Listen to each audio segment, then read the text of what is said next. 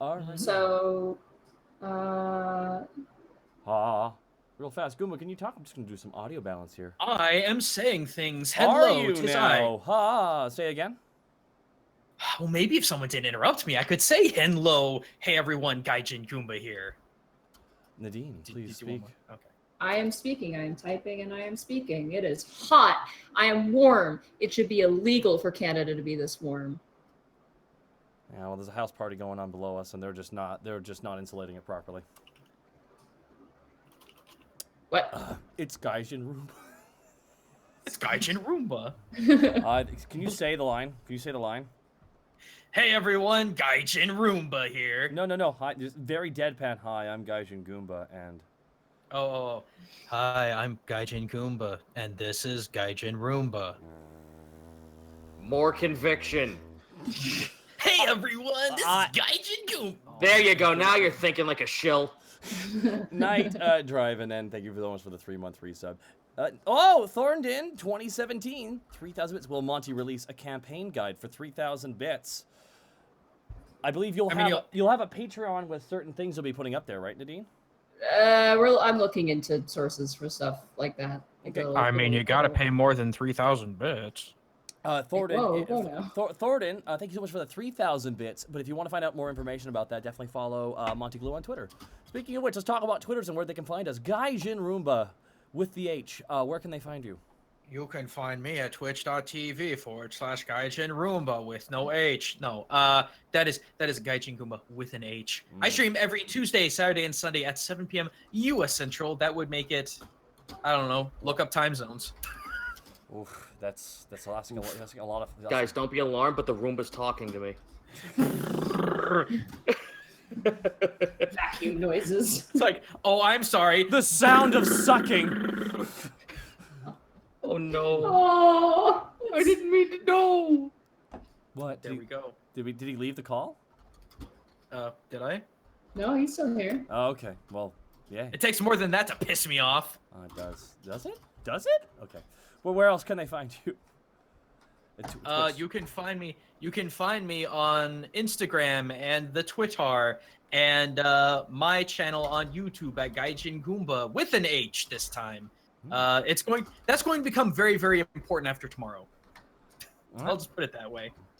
I look forward to see what you're gonna be working on your personal Twitch, dude. Yeah. Zito! Hi, you can find me at the twitch.tv/Zito. You probably won't find me... I hope I can get this fixed tomorrow, because apparently someone at my complex cut the fucking wires to the internet, so I have no net service at home. I'm hoping to get that fixed tomorrow. You can find me there, and you can find me on Twitter at... what the fuck is it? Oh my god. CZ Backlash. You can also find Zito in my kitchen. Yes, I'm here in the kitchen. I am drinking all of his beer and all of his coffee at the same time. We also have chocolate wine for you. No, for fuck's sake. No, I actually want to be coherent. I want to be coherent. It's just Kahlua mixed with Nesquik, Nadine. But Zito, what about the beef jerky? What about the beef jerky? I don't see it in my fucking hand, guys. And where's the beef jerky? A real person. Go to my cabinet, top shelf, open it up. The bag is there. A real person. Please, that's a job for the Roomba. A real person buys his jerky by the pallet. All right, guys. I'm sorry, Gaijin, but I'm still here with the coffee and the fucking and the alcohol, because that's literally saying, do you want more cigarettes with your pancakes? What the fuck? Do I look like a Mary? Of course I want cigarettes with my pancakes. And we got SF Cody with 145 bits. Thank you so much. And Knackly Polly, 3,000 bits. Thank you so much, dude, for the support. Best part of my week. I think he might be referencing the beer and coffee, though. Which are, by the way, the two things that'll run right through you. We already need 5 bathroom breaks. Oh, yeah, for sure. Hold on. For real? No, I'm kidding. I'm fucking kidding. Thank you, Knackly Polly, for the 3,000 bits. And SnuggyBum5, thank you for the 500 bits. Y'all some good bamfs. The Ruby Evie, thank you for the 2-month resub. Hey guys, I got a new computer so I can watch and play stuff more than on a tablet, but likes to freeze randomly. So I blame any missing luck, cause I think I lent it out too much, so it needs to charge. And the Dark Town, thank you for the 100 bits. Thank you so much, dude. Take my bits, making my week. Sadly, my players died in a D&D rip. What happened? No. Don't slap the guardsman. That's a bad idea. Defective Sheep, thank you for the 5-month resub. Well, Sir Fluffy, thank you for the 3-month resub. And Lil Squishy, thank you for the 2-month resub. 2 months in a row. Love the you, door, the mage dies. You can find me here. And that's and it. on Twitter, there, with my name for both of them. Shit, I can't see him, Gaijin. Where is he in the house? I don't know, but the call is coming from inside the house. Fuck! Yeah. No, hi guys, I'm down here. Hey, just wave from down the hallway. Oh, it's the Roomba. Hi. The Roomba with a knife just slowly comes towards you. No, Fuck! it has to be in it. It's duct taped to the head. Like, it's not even like pointing towards you, it's just up. It's gonna try and trip you onto it. EPAM, thank you for the 13 months of support. It's incredibly kind of you. And K Blam C Dude, K Blah McDude, 500 bits. Thank you so much. Doomba. Oh no, it's Gaijin Doomba. Dun dun dun. Testa Rasa Dragon, thank you for the 4-month resub. And Workle3, thank you for the Twitch Prime sub. So apparently there's a preview clip on Patreon for the new episode of Dragon Ball Z.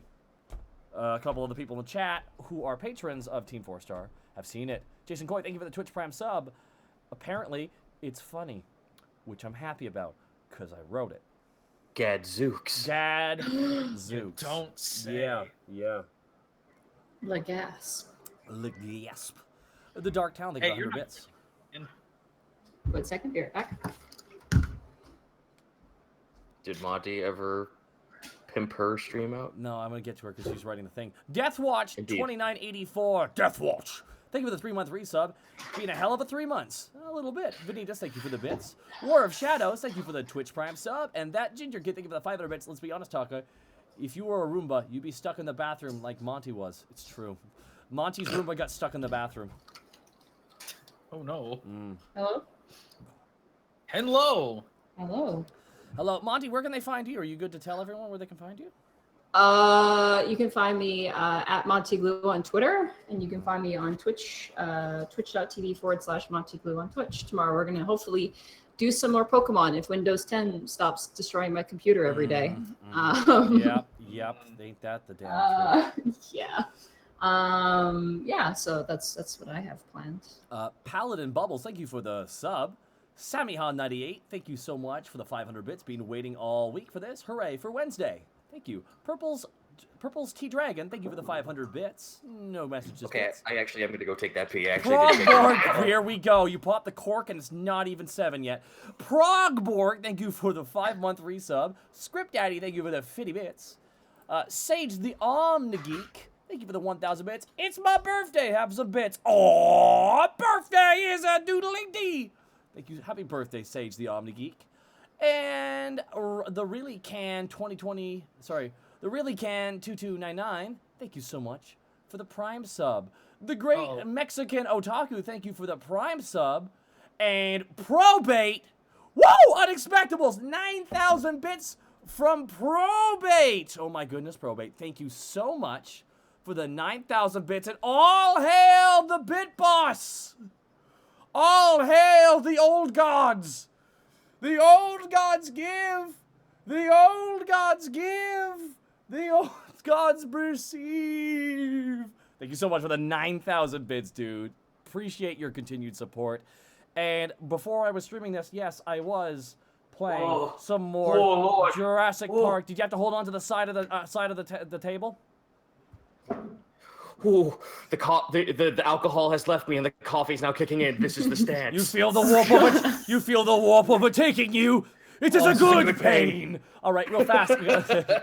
Probate again, thank you so much for the 9,000 bits, dude. Otaku Fox, thank you for the 5-month resub. Rusty the Bronze, thank you for the 2,000 bits. Been a while since I saw the show live. Just sent my players to the Shadowfell. Hey, kids want to see a dead body? Thank you for the 2,000 bits, Rusty the Bronze. Script Daddy, thank you for the 1,500 bits. No message, just bits.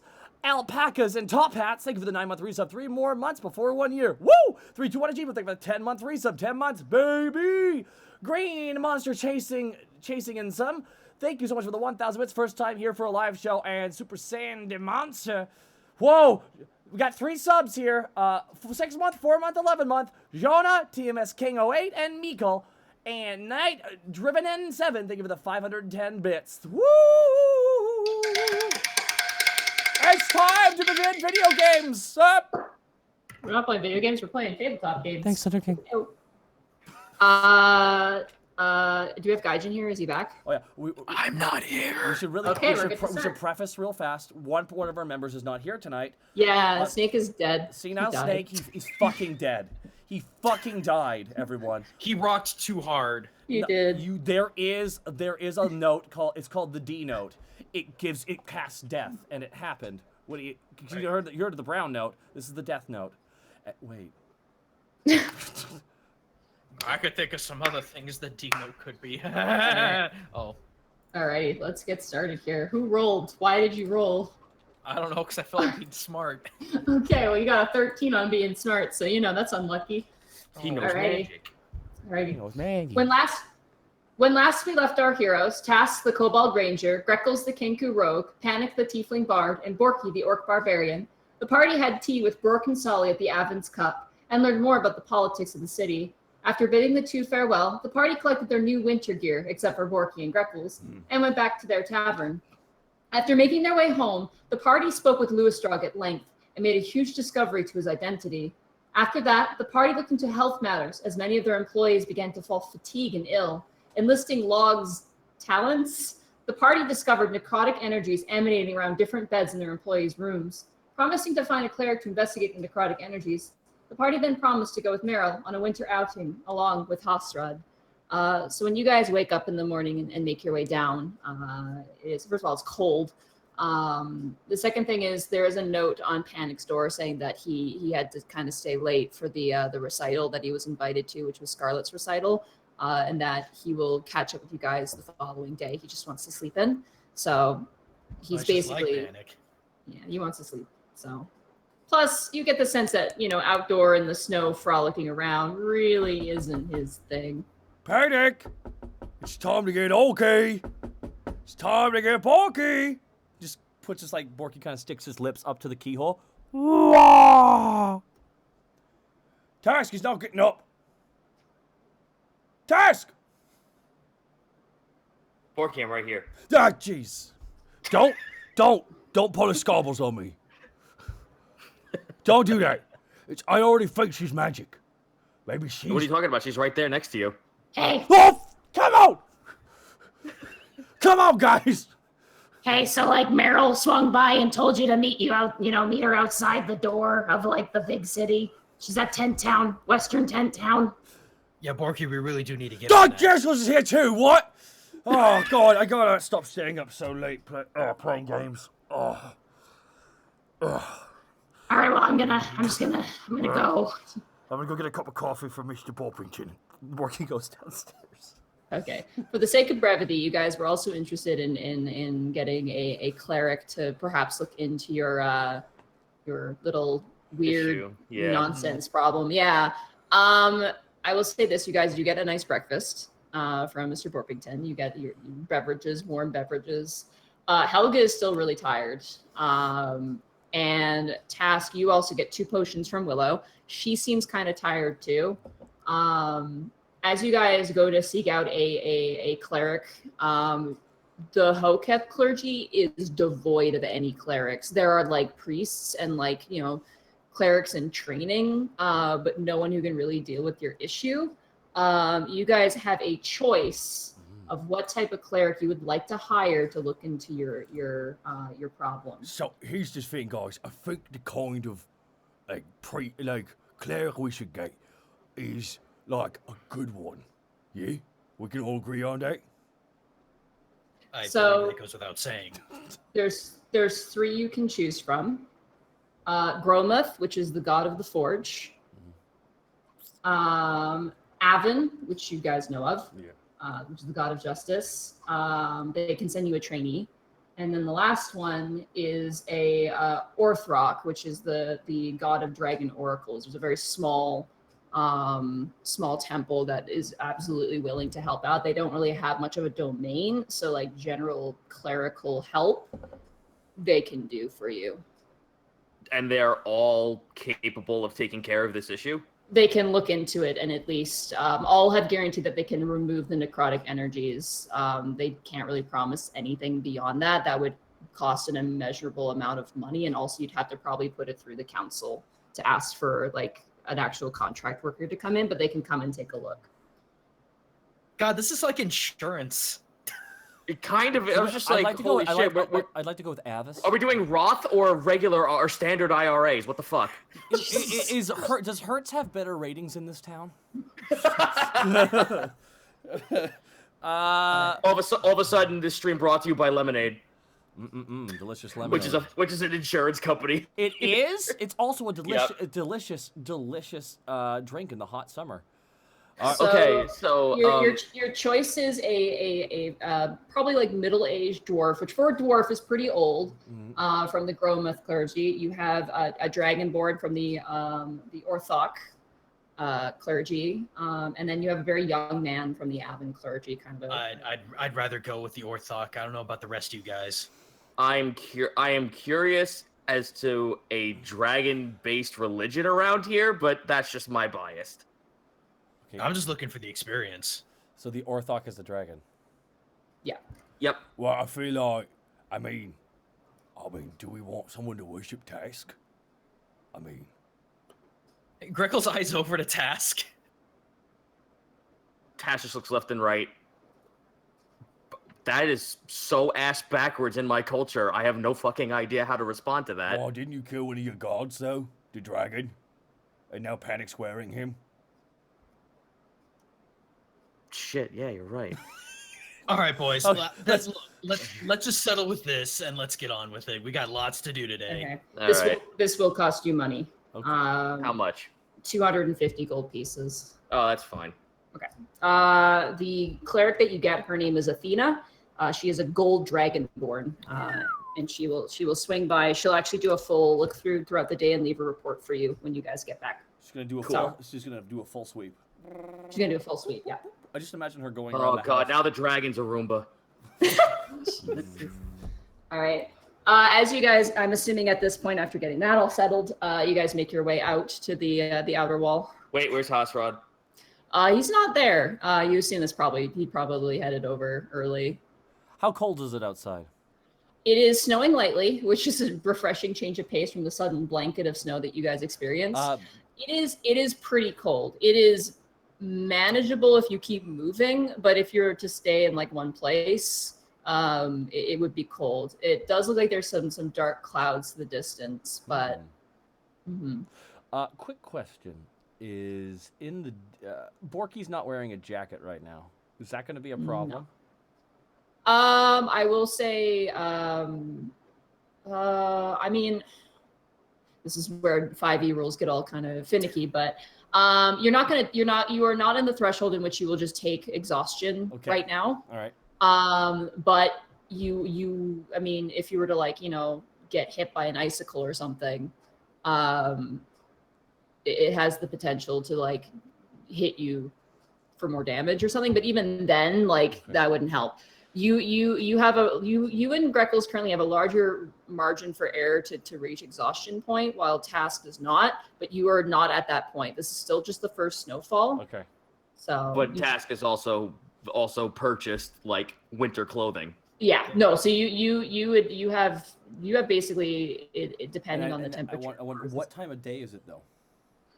You guys are currently walking around at probably about 8 o'clock in the morning at this point. Okay, because I did have that tea the day before. You are still warm from that, yeah. So it will last basically up until it's 24 hours. Yeah, you basically will have that until about 5 p.m. ish. Okay, then. So. Can I do a quick little thing before we actually leave the tavern? Sure. What would you like to do? Hey, Scarbles. Yeah. Ah, God, right. Come on. She's sitting on his shoulder. Let me put on my hat. Do we got any jackets in the Lost and Found? Lost and Found. That's a good one. I know. That's why I told it. Wink. What he means is, do you have any jackets that you have appropriated for your what I can only assume is nest underneath the building? Let me roll and see if she's still in the jacket. What are you paying? Your salary? You're betting. I'm not paid for jackets on my Oh salary. my god, we'll see the jacket. How many jackets do you have? I have one. Is it for like would you say it's for like a big buff guy or a person with hollow bones? No, it won't fit you, but it'll fit hollow bone guy. Damn it. Okay, Porky sits down. Greckles rolls out 20 coins on his talons. No, not money. What else you got? Oh, we're playing. Whoa, barters! Here we go. Trading with a goblin, money ain't the only thing. It usually is. Let me dig. Crap, I don't have that much. Give me a second. I gotta get to my extended sheet of random crap.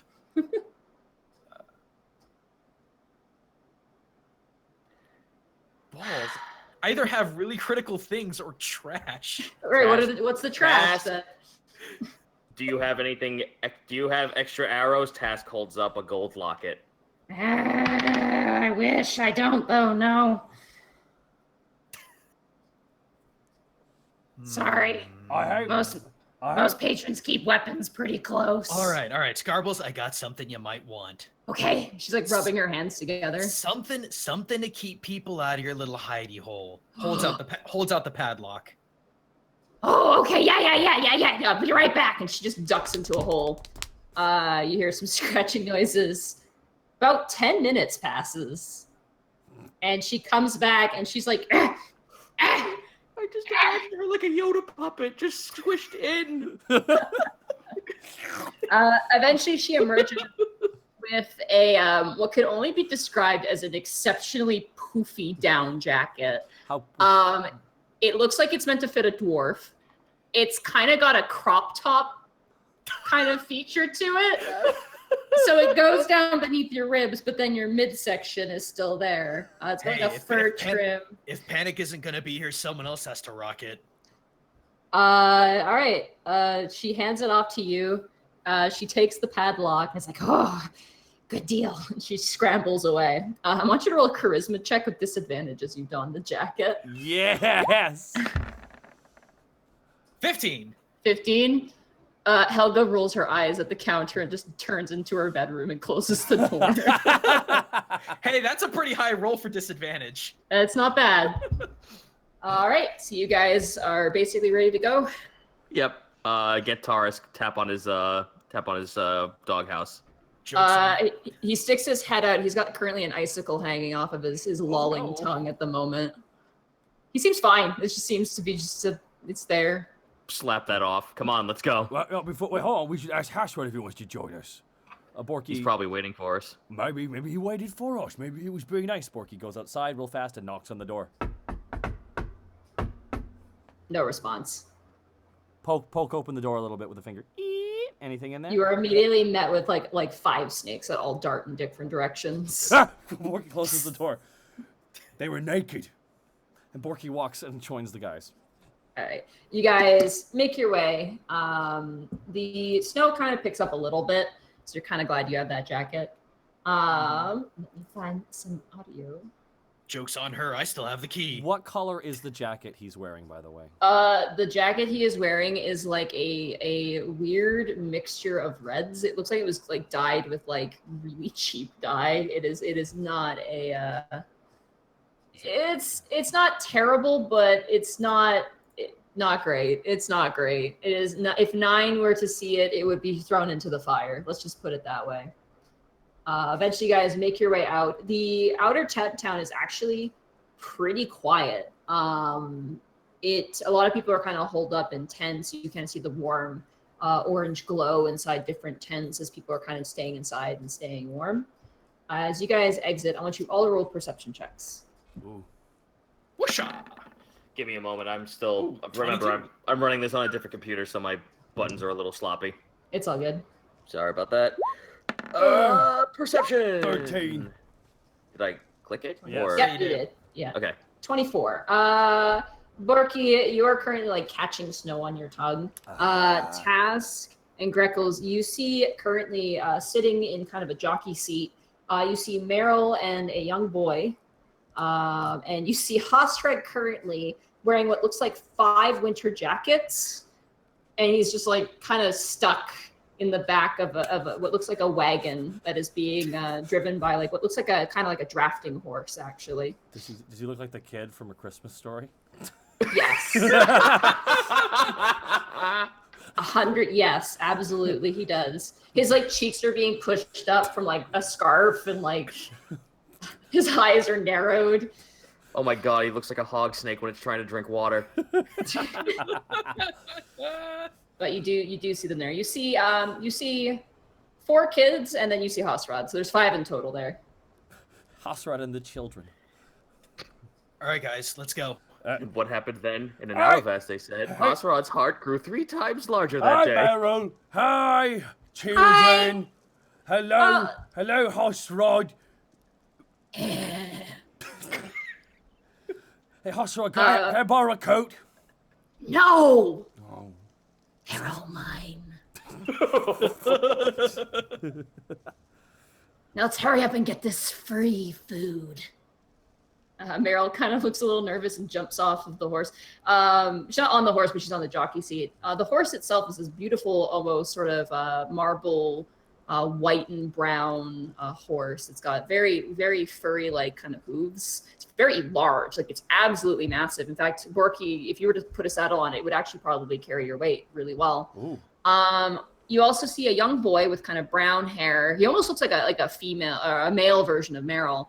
Kind of dirty face, and he's currently holding the reins. You see a younger girl, maybe about 12, with kind of like blonde hair coming back into a ponytail.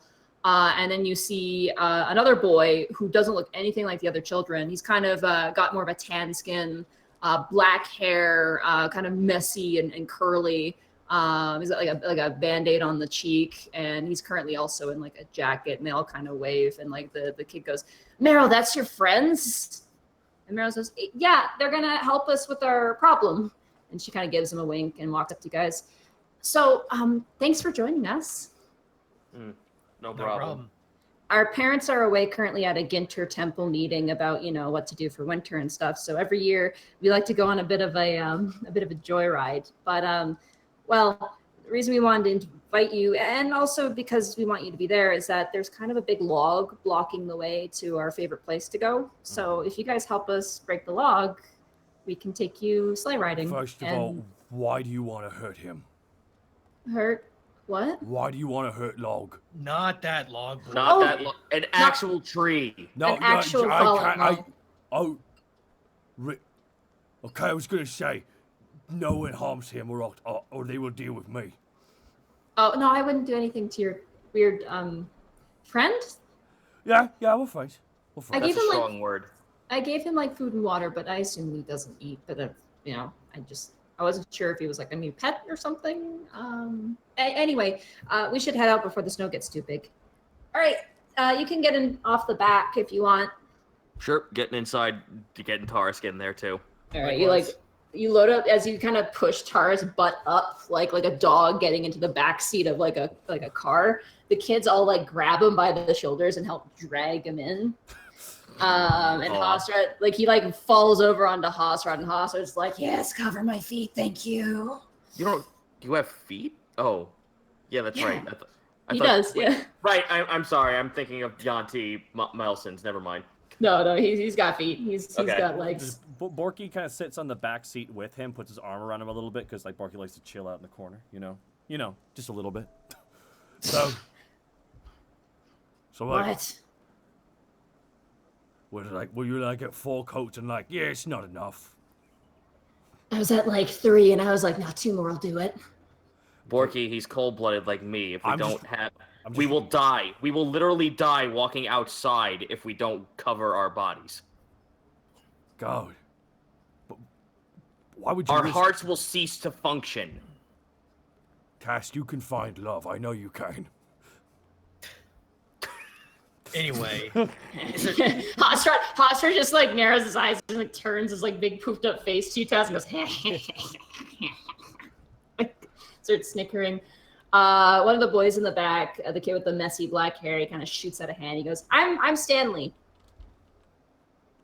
You just call me Stan. Pleasure. Or Okay, Lee. okay, Actually, Lee. Stan. Let's go with Lee. I like Lee. Lee sounds cool. Whoa! Get your Time out of character. Did you just make a Stan Lee joke, Monty? What? Did you just make a Stan Lee joke? I don't know what that would be. All right, never mind. Moving on.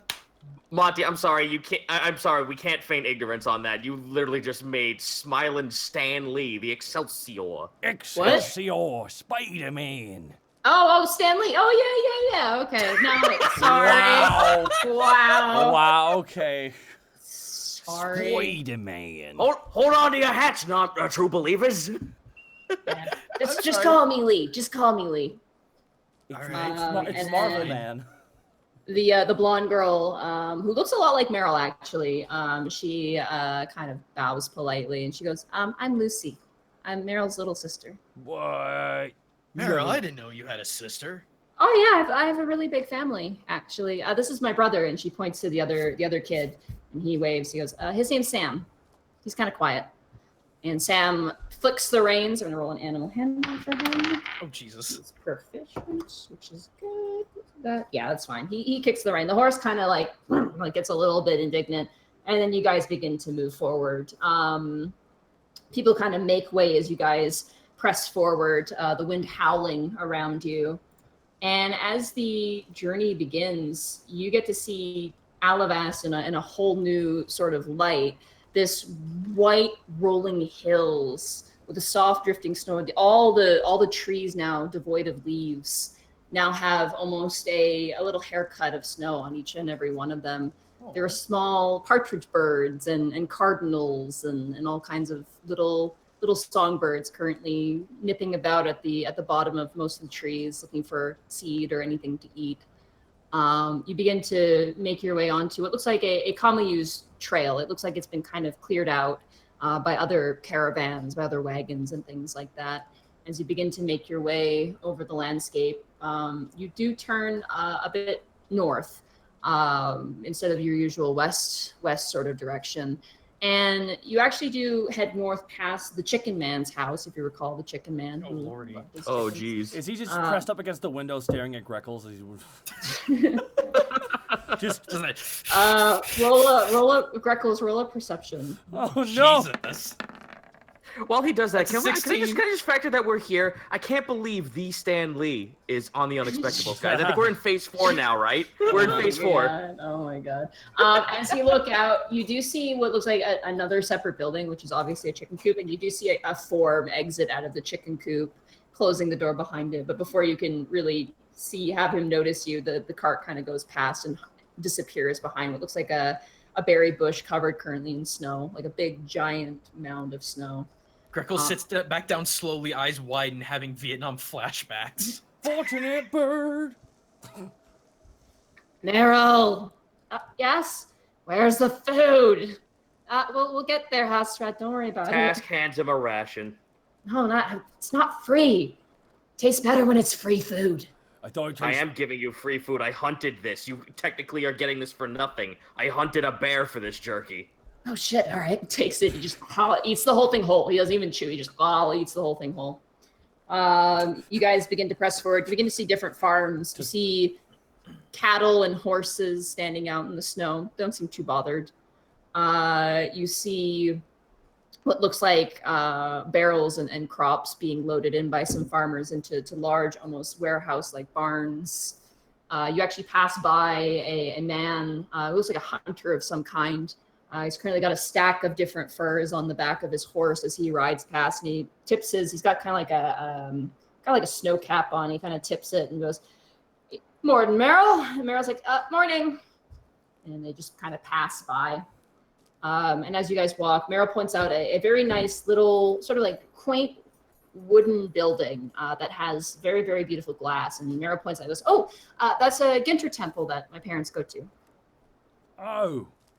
All right. Nifty.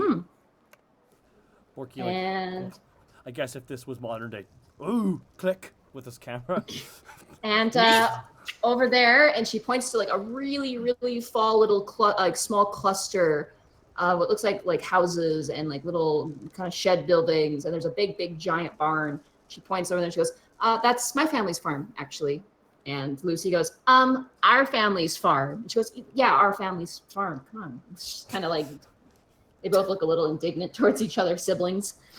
And eventually they press forward and you guys kind of turn in what looks to be like a really, really,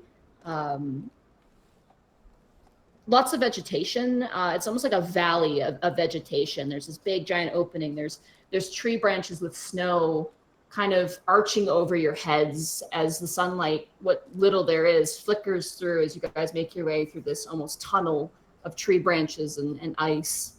And Lee pulls out a stick and like hits one of the branches. For those of you who are in the way, which is all of you, if you want, you can make a reflex save to avoid the snow. Hosrod is definitely going to do that.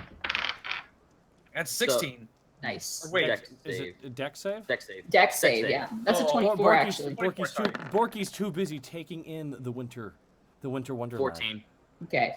Hosrod is currently like, his eyes are closed. He's like, like just like trying to stay warm as the wind howls and whips. You all succeed. Hosrod rolled a 2, so he fails. Oh. As the kid hits the branch, a whole bunch of snow just on top of Hosrod. Borky points, but Borky didn't roll anything, by the way. Yeah, you also get hit, Borky. You get the whole thing on your shoulders. It doesn't really bother you much. Oh, laugh it up, bird. Laugh it up good and hard. Lucy, who also, she didn't even notice, her face was turning back. She kind of like dusts off her hair and she goes, could you not? And like Lee sits down and goes, oh, whatever, it's fine. That was really funny. Hey, Lee, Stan. Yeah. Stan. Just call me Lee. Just call me Lee. Okay, whatever you want, Mr. Stanley. Oh. Wowzers! You know what would be Excelsior? I'm sorry, Monty. We can't. I have never regretted something more in my life. Oh, and this coming from the person who made a fat pigeon. Come on now. Well, this is not the worst offender. Okay, that was a joke. I'm not gonna. He said, "You're really good." Borky whispers in his ear something. Okay. Okay. I want to type something to you, Monty. Okay. Okay. All right. Hush, push. Hush, push. Now I'll type it out here as we continue on. Okay. As the wagon continues forward, it's kind of a bumpy ride. All the snow making the ground kind of uneven. There's actually some like half frozen puddles you guys kind of like lean into. Good. Lee whispers back to you. He says, "You're a little ahead of the game." He says to you, Borky, in a whisper. Eventually you guys make your way and you kind of turn off into yet another almost yet less used path. And as you make your way there, you see up ahead, lying across the trail is the log, not the robot, but the log that they mentioned. It's a very, very sturdy looking birch tree. It looks like it was quite old and it looks like it had fallen down. Not during the winter, but potentially during the summer at some point. It looks like all the snow's piled up on top of it? Yeah, there's a lot of snow piled on top. And as the wagon comes closer, Sam, Meryl's brother, kind of pulls the reins and the horse kind of stops in place and kind of kicks at the ground. And Sam kind of leads back and goes, "There's some axes in the bag there." And he kind of reaches over and he opens up this, what looks like a burlap sack. He kind of like unties it and pulls it open. He grabs an axe. Borky pulls out his actual war axe out of the fanny pack of holding. Oh, no, I'm good. I got my own. Hey guys, before we get chop happy, let's kind of have a look at this. Yeah. Then I guess we insight or perception to see what's up with the log. Would that be investigate? What are you trying to learn about the log? What's the angle? Well, it's on the ground. It's on a vertical angle or a horizontal angle. Sorry, on the ground. Okay. Greckles would be looking for anything suspicious. Okay, I'm gonna look at the root of the tree, like see how this thing fell. Knowledge nature for all of you, looking into this tree. Excellent. Oh, that's a 5. 11. That's a tree. You guys look at it. I mean, it's a tree. It definitely, like, the way it's broken is like when a tree falls, it almost like something forcibly made it fall over. And it looks like that it snaps, and like there's actually a huge chunk of the trunk left, and you can see exactly where it fell. It's currently like halved off on one side. It's almost being lifted up by the bark on the outside on what remains of the trunk. So there's a slight lift. Like you could crawl underneath it in a way, but I wouldn't risk it because it's quite heavy and you don't know how long that'll hold. But it is covered with a significant amount of snow. It's covered with at least 2 feet, given that's what the blanket How long was. did you say this tree fell over? Based on your guys' knowledge, this definitely happened before the winter. I was asking the kids. Oh, the kids? Yeah. Who are you asking in particular? Meryl or? Meryl. Okay. Well, we haven't come here since the winter, so we don't know. We assume probably sometime in the summer. There was some strong winds and some storms. So. All right. I've got an idea. I think we got one of 2 options here on this tree. Borky's cracking his neck. One, we chop it down both ends, drive the cart through, or option 2, I think is the better idea. We chop down the top parts of it, all the limbs, and we just push it. I was about to say we could cut it into a cylinder and just roll it away. That was option 1. Well, there we go. I think that would be the easiest thing to do. How thick is this tree? It is about just from one side to the other. I'd say it's about maybe 1.5 feet, 2 feet or so. It's very large. It's a very old birch tree. It looks like it's been around. Oh, it's for a long birch. time. Oh no, that's hardwood. Yeah. Dude, listen. Whatever pieces we can hack off, we could sell it as firewood. Oh, that's crazy. Let me try How something. would we transport that? I mean, Fanny Pack of Holding's got a lot of space. Not enough for a tree. Well, that's not our main concern, but whatever we get, we can. I mean, our family could always come back and gather it. That's for fair. Our home. Okay. I mean, not to take from you guys. I mean, firewood doesn't really sell for a lot here for the most part, but I guess for the tavern. Considering you're walking around with 2 cold-blooded individuals, we might need it. Fair enough, but we actually have and like as she goes to say something, like Lucy in the background goes, "Don't tell them about the surprise." And Meryl goes, "Right, sorry. We might have something, but I can't tell you what it is." Oh my god, I'm so excited. Good secrets. Greckles is actually gonna poke it with his wakizashi. Okay. You poke it. Some snow comes off. Okay, that's a load off of my mind. Shoots it. As you bring back your blade, a chipmunk leaps up and runs across the log and runs up into a tree. It kind of shocks you, but it's just a chipmunk. It's got a mouth just full of stuff, and it goes, and then like runs into a hole in the other tree. All right, so In the same tree? No, it's a different tree. Oh, okay. Like a living let's one. begin then. Okay. For those of you who took an axe, there's 4 axes in total. Borky, you're using your own. Yep. Task, you're taking one. Lee has one, and Sam has one. So, Greckles, you want to try and take a crack at this as well? Sure. Okay, everybody, I need you to make strength checks. I'm a lumberjack and I don't care. Swing my axe Oh, like God. I never Oh, my care. Oh, it's a strength save. Can it just count as strength? It's this. Sure, I'll be nice. Thank you. I'm sorry. Natural 20. 8. For And flavor, 14.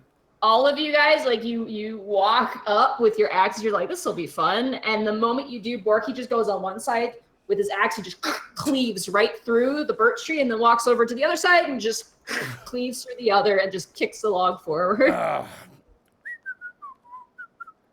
The boys have like their axes raised, and they just like they look awestruck. They're like, "What?" Thank you. Don't worry, Monty. kids. This is normal. Thank you, Monty, for that. Seriously. It's flavor. If it was combat, I would say no, but it's flavor. So. Yeah. Oh, so you guys loosened it for me, all right? Well, we need to push it still, Lee says, and the boys walk up and they like push up against it. I need everyone once again to do a strength check to push it out of the way. You are Get Tarsk out here to help out.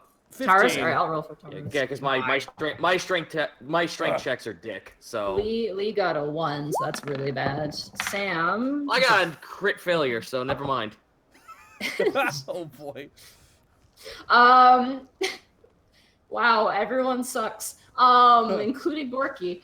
You guys are all like pushing, and like you're pushing really, really hard, and like Taurus comes up and I actually didn't roll for him. Okay. Taurus comes up and helps push as well. Task, like everyone kind of waits a moment and watches a Task by himself tries to push, and you're like doing that thing where you're kicking in place, and eventually you're digging yourself a nice hole in the snow as you sink and descend lower. I turn around and look at everyone else, and they haven't even got here. Well, no one would fucking show up all at once. Then everybody shows up at once. It is an egregious process. You all begin to sweat. Hostrad is just like leaning over and watching from the cart in his many jackets. His arms are like pinned up. He can't lower his arms at the moment. And Taurus comes over and pushes with his head. And eventually, with a lot of effort, you guys curve the log like a door almost opening onto one side.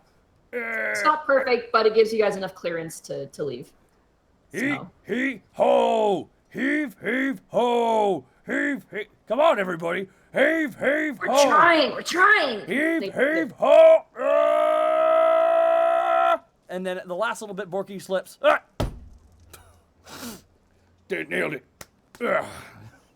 The guys kind of wipe their hands off, and Meryl takes the reins, and she begins to she snaps the reins, and the horse begins to move forward. And as she kind of passes by slowly, she's like, "All right, jump on." And Lee just leaps on through the side, like he climbs up the side, and Sam leaps up on the jockey seat. I front flip on that shit. Yeah, you do like a front flip, and you land on your feet, and then sit down right next to Hosrod. Borky just climbs on the back, sits down beside Hosrod again. Don't break a sweat. I am, and I'm so happy about it. Yeah. You guys press on forward, and as you do, you begin to see why the kids like to go here. There is beautiful, beautiful trees here. Gorgeous white birches and a few oaks. Old oaks that make this canopy of shadow and ice. Roll a perception check. That's my good roll. 21. 14. Okay. As you guys are traveling, you guys see a humanoid figure. And you see it just for an instant before it disappears into leaves and into a tree. Roll knowledge nature. Oh, Jesus. That's an 11. 3. Here we go. 15. Okay. In your travels and talking with Willow, and you picked up potions and stuff, generally dryads are extremely peaceful creatures. They tend to occupy a tree in a forest. It's no surprise to see them being kind of curious about you guys entering. Generally, though, they're basically harmless. They're probably just like seeing what you guys are up to. Oh, well, well, go ahead. No, go ahead. It's fine. I was gonna turn to the kids. Are the plant folk here calm to other people walking into their territory? Oh, Meryl kind of looks up. Oh, the dryads? Did you see one? Yes. Yeah. Yeah, they're good with us. We just don't come in here to log as much as we want. The fallen log's fine. I mean, it was already dead, but we don't cut down trees here if we can help it. Borky just leans over to Task. That's a dryad. Because I thought it was floating them up for a second there, and I was having a small panic attack. Not to be confused with Panic Grimtongue. Well, so long as we don't do any damage to the forest, they should leave us alone. We already killed one of their trees and chopped up its body. Porky was already dead.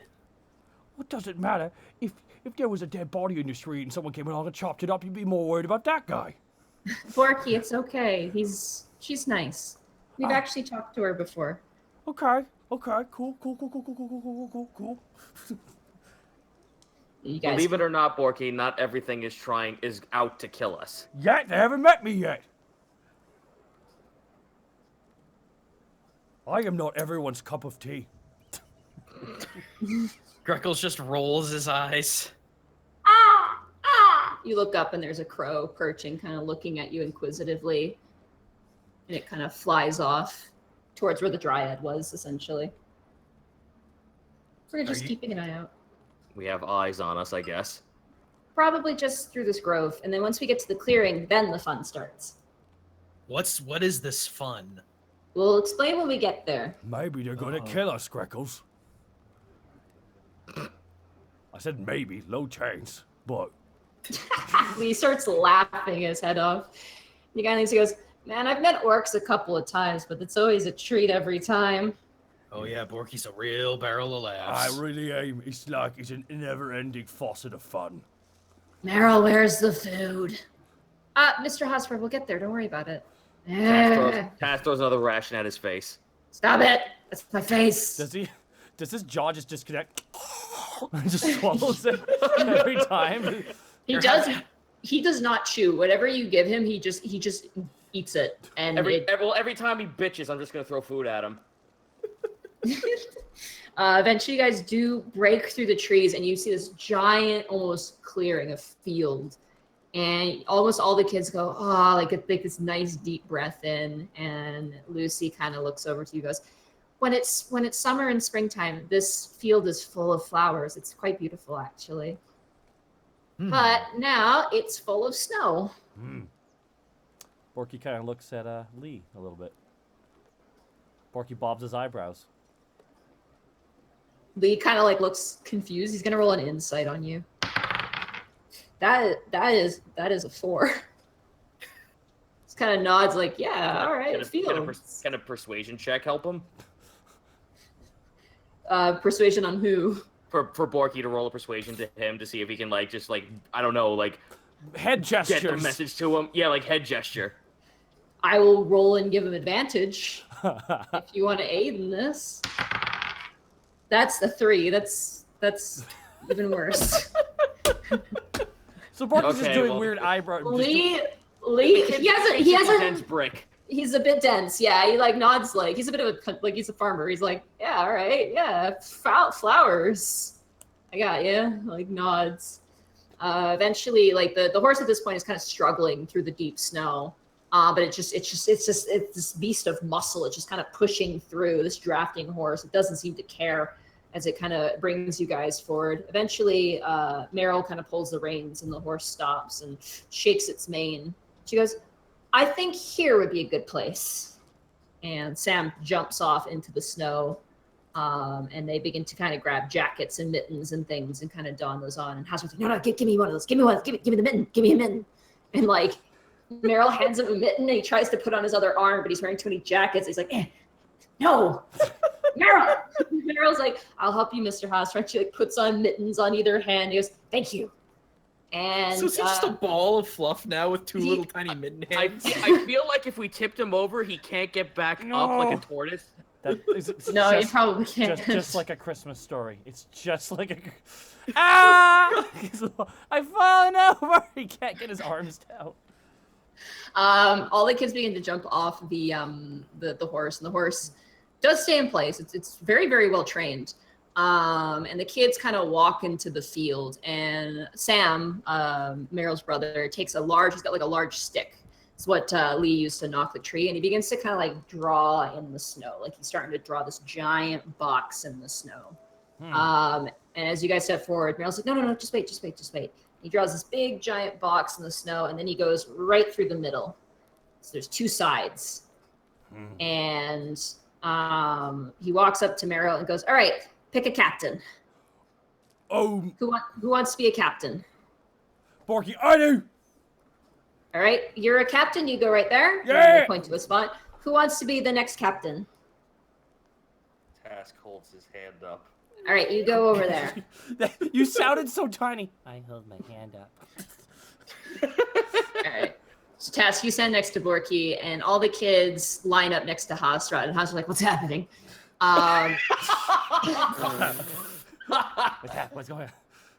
And no, this can't be. Meryl Lucy goes, all right, pick your team. You pick one person per turn. Who do you want to pick for your team? I chose Hosrod. What? For what? What's happening? And Borky walks over and grabs. Can I grab Hosrod and grip? Sure. Roll in athletics versus his acrobatics. He has disadvantage because he's currently wearing 5,000 jackets. Got me and you. He got 14. No, 26. You got him. You pick him up and walk away with him, and he can't even flail. He kicks his legs a bit, and his tail slaps around, but he can't do anything. He goes, put me down. This is embarrassing. I know. You drop him next. This is the second time I've picked him up. I point at Greckles. Now see, that's some sensibility right there. Just saunters over. All right, Alright. Borky places Haas right in front of him. You're the shield, kid. You're the shield. I would take Lee. All right, Lee walks over to your side, Borky. Okay. Kind of runs over excitedly. I take Meryl. Okay. Meryl, like, kind of gives you a smile because you guys are kind of friends. She kind of smiles. She goes, yes, and she walks over. Who are the last two? Sam and Lucy. I'll take Lucy. All right, you take Lucy. And that leaves Sam. And Sam is just like, he doesn't really care. He's just like, all right, and like saunters over. Sorry, He's very like, There's always he's one. a very like, his actually, no, don't roll an insight. He's got that sort of quiet disposition to him. Like, you know, he's just like, he's along for the ride. He's not So really. he's a like, fucking wallflower in the middle of a war. Excellent. sure. His poetry from the snowball fight will be amazing, okay? Oh yeah. But he seems like a nice kid. Like, he just seems like. Yeah. I'm just being a shit. I'm being a shit. And you had Meryl. All right, I'm writing down the teams. All righty. So you guys set up. The court is 40 feet long and about 20 feet wide. So you can all hit each other as you guys are able to have a snowball fight. The kids you watch begin to pack up snowballs in their hands carefully. And Hasrad, like, it's just like, hand me one. No. I got another. I was thinking strategically. I've got another plan for you. I don't like this idea. Borky turns his face away from the battle. Stay right What? there. Why? I can't move.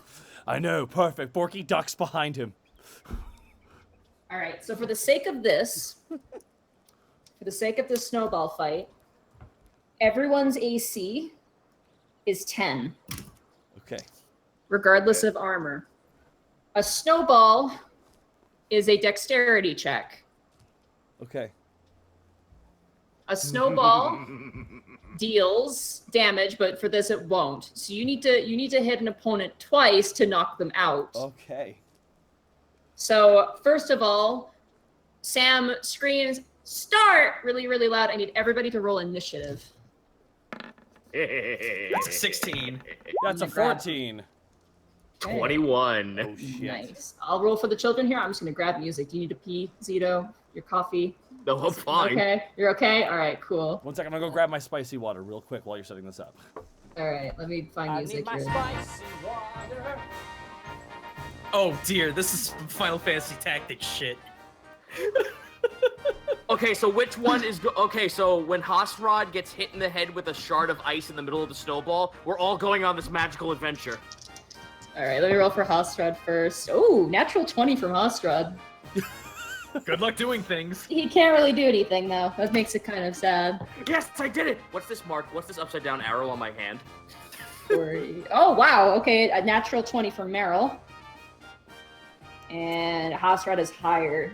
Has higher dex. Oh, so everyone! that works. Everyone! Distortion Devil is here, and him and his family are watching. Big shout out to our good friend Connor. We miss you, Hey, dude. dude. And chat, You're missing the everyone point. say hello to Connor's family. Hi, Connor's family. Hi, Your Connor. son is very nice. He's insanely talented and a gifted actor. Here we go. Sam. Wait, nope, Sam. Blood Bowl is now. Blood. How deep is the snow, by the way? It's probably for you, Greckles. It's probably like up to your knee. Like it does count as difficult terrain. There's a lot Oh of god, it. and it's up to my waist. Yeah, you're currently. Perfect. You can still throw in it, but moving is kind of going to be a hindrance. So that's Not a for me. 21 task, and then that is Sam. Okay, and then we have.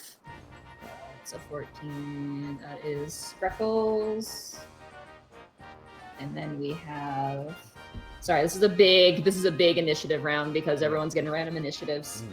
Freckles, and then. only Panic was here. What's your dexterity bonus, Borky? Oh, my dex bonus is +2. Let's do. Yeah, you do beat that Lucy, so you go next. Yay. And it's Lucy. Looks over at dexterity score.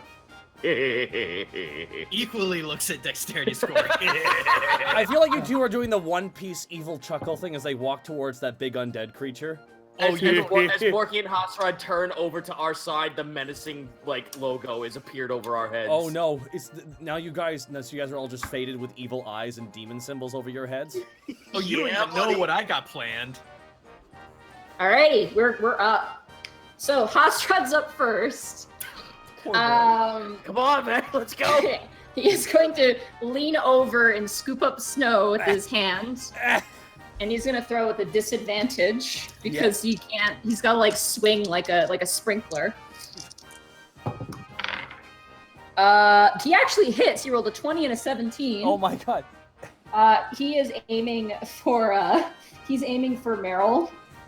And he does hit. Where's the food? Meryl's like grabbing a snowball, and she just gets pelted in the face. And she's like, ah! And Hosser goes, where's the food? And that ends his turn. It is now Meryl's turn. She's going to aim for Hosrod with advantage because he can't really move. I want him to fall over like a fucking bowling ball pin. That's a 19 that absolutely hits. Meryl takes a snowball and she throws it at him and she goes, eat this then! And just bashes him in the face. And he just starts going, ah! Why? Ah! Like, starts screaming. Like a kid who's got like snow in his snowsuit, just starts wailing. Task, it is now your turn as you gather up a snowball in your hand. Borky, you can't Just help roll. Yes, just roll a dexterity check. Yeah, Borky, you can't help but notice that there's an upside down arrow right now. Oop, oop, oop. Actually, that's usually on enemies we're about to kill. Oh, shoot. Oh, And fuck, you 10. just hit. Borky does the Oh. splits. Fuck. Oh, worth it. Then immediately gets hit in the face. Oh. The bullet curves. It goes past his head. You missed. Hits him in the back of the head. Alrighty. It is now Sam's turn. Sam is on your team task. He is going to rear back and he is going to aim for Lucy. Ooh, that's a 2. That's a miss. He throws it and just swings wide. He goes, sorry. Greckles, it is now your turn. Geckles. Oh my Geckles. god. Kitty. Geckles. Geckles boy. race. Selling the insurance geckles. That is the real Photoshop bird Greckles. Geckles. Geckles. You see Greckles swiftly place his hands together rapidly. And then from him, a giant puff of obscuring mist goes over the entire field, and immediately he starts digging to build a fort. Okay. Oh, shit. How long? I will say that lasts one round. Everybody has disadvantage That's fine. as you do this because there is a wind, so it will be blown away. That's fine. I just want to That- have some fun. That ends your turn as you make a fort around yourself. Borky, And- it's now your. I want to shout out, everyone get in here! You only have enough time to make like it for yourself. So. Okay, But that's fine. you begin to pile up snow around yourself. Borky, it is now your turn. You can't really see anything. You kind of see like forms across the way. Curses. Okay, now, quick question. Now, if a Borky was to start rolling up a giant snowball, what would the rules for this entail? I would say, I would say, It's okay. Never mind. It's okay. Borky I'd say you could just make a giant snowball. Borky It just doesn't- makes a giant snowball, which is like the size of a medicine ball, essentially. That should be Alright. good. And Borky just winds up with disadvantage. because of the smoking effect. Yeah, you can make out who is who, but like actually their distance is kind of hard to see. So you can pick a target, but it will be with disadvantage. Oh boy. I can't see the shadow, so can I aim for the slowest shadow? Borky Sure. aims for the slowest shadow. It ends up being Hosrod. Puts it on top of him. Alright, dexterity with disadvantage. Dexterity with a disadvantage. Alrighty. The reason we're doing just dexterity is because none of you guys are proficient in Natural snowball. one! That's a natural one. You are just like, I will hit the slowest target, and you throw the snowball, and you immediately clock Hosrod in the head in front of you. You hit him so hard that in a full-on, like, his pose, there's no, like, him scrambling to fall. You literally hit him on the back of the head, and he just face plants into the ground, like, completely upright and just down like a fence. You just hit this kid so hard, he Charlie Browned in the air with the snowball and then fell face first. Hostrad is out. He gets knocked into the snow. He's out. Borky adjusts a necktie that's not there. All right, Lucy, who is on Borky's team, is going to aim for you, Task, and she points. She goes, "You better stop moving, rabbit ears!" And she goes to hit. That's a 2. She completely misses. She swings, and you see as a snowball crashes next to your feet. There, Task almost hits you, but doesn't hit you. It is now Lee's turn, and he's going to attempt to hit you. That is actually a 13. Shoot an arrow, boy. Did you jump off my back and shoot an arrow like Kratos and boy? I can't believe we forgot his fucking name. Lee. His name is Lee. No, Atreus. His name is Stan Lee. Excelsior, Dad. You get hit right in the chest, Task, with the snowball. It like explodes across you and it all sticks to you, so you get hit for 1 as well. All right, that brings it back to Hostrad, who is currently moaning in the snow. Meryl is going to wind up. She's going to aim for Lucy. And it's disadvantage. That does not hit. That is actually a natural 1. Let me roll severity for her. Okay, moderate severity. She throws it, and she almost hits you, Task. You almost feel the snowball hit your leg. You feel the snow shift behind you. She goes, "Oh, sorry, Mr. Task." Task just holds his hand up and like puts a finger to his lips, looking back at her. She nods. Sam's turn. He is going to aim for Lucy. Ooh, I accidentally dropped that. Okay. It's another 3. He misses. He throws and he completely whiffs. That brings it back to you, Greckles. As the cloud dissipates, you now see Greckles in what looks like a miniature guard tower. It's even got like the siding like a rook in chess. Oh, I was trying to hide. You can duck into it. It is definitely hideable. It is like a gopher hole. What I wanted to do just for lulz, before the smoke completely dissipated, I want to try to silent image out. Oh, like make an image of yourself leaving? Yes. All right, sure, you can do a silent image. That will take your action. That's fine. All right. The hands reclasp. Yo, that's Kai Genjutsu really, really quietly, trying to get illusion up. You hide in your little gopher hole and a little like Geckles kind of hobbles on out. There he is. There's the real boy. Fuck it. That's your minor illusion self name now. Geckles, yes. Borky, I want you to roll I believe it is I clicked it. An investigation. So Borky, I need you to roll an investigation check. I love rolling things that have a negative stat in it. It's the fun. That's 6. That's a 6. You see Greckles run with a snowball in his hand, but you do see the rest of the group as well, so you can aim for whoever you'd like. Borky just looks at Task. Oh, Task! Did I not get a chance to go? Oh no, you didn't get a chance to go. I'm so sorry. Meryl got a chance. I was like, wait a minute, before the mist went away, couldn't I? I'm so sorry. Yeah. It is your turn. I'm so sorry. I don't know why I skipped you. That was really bizarre. Yeah, because I wanted to use the mist to go into stealth. Oh, I'll let you do that.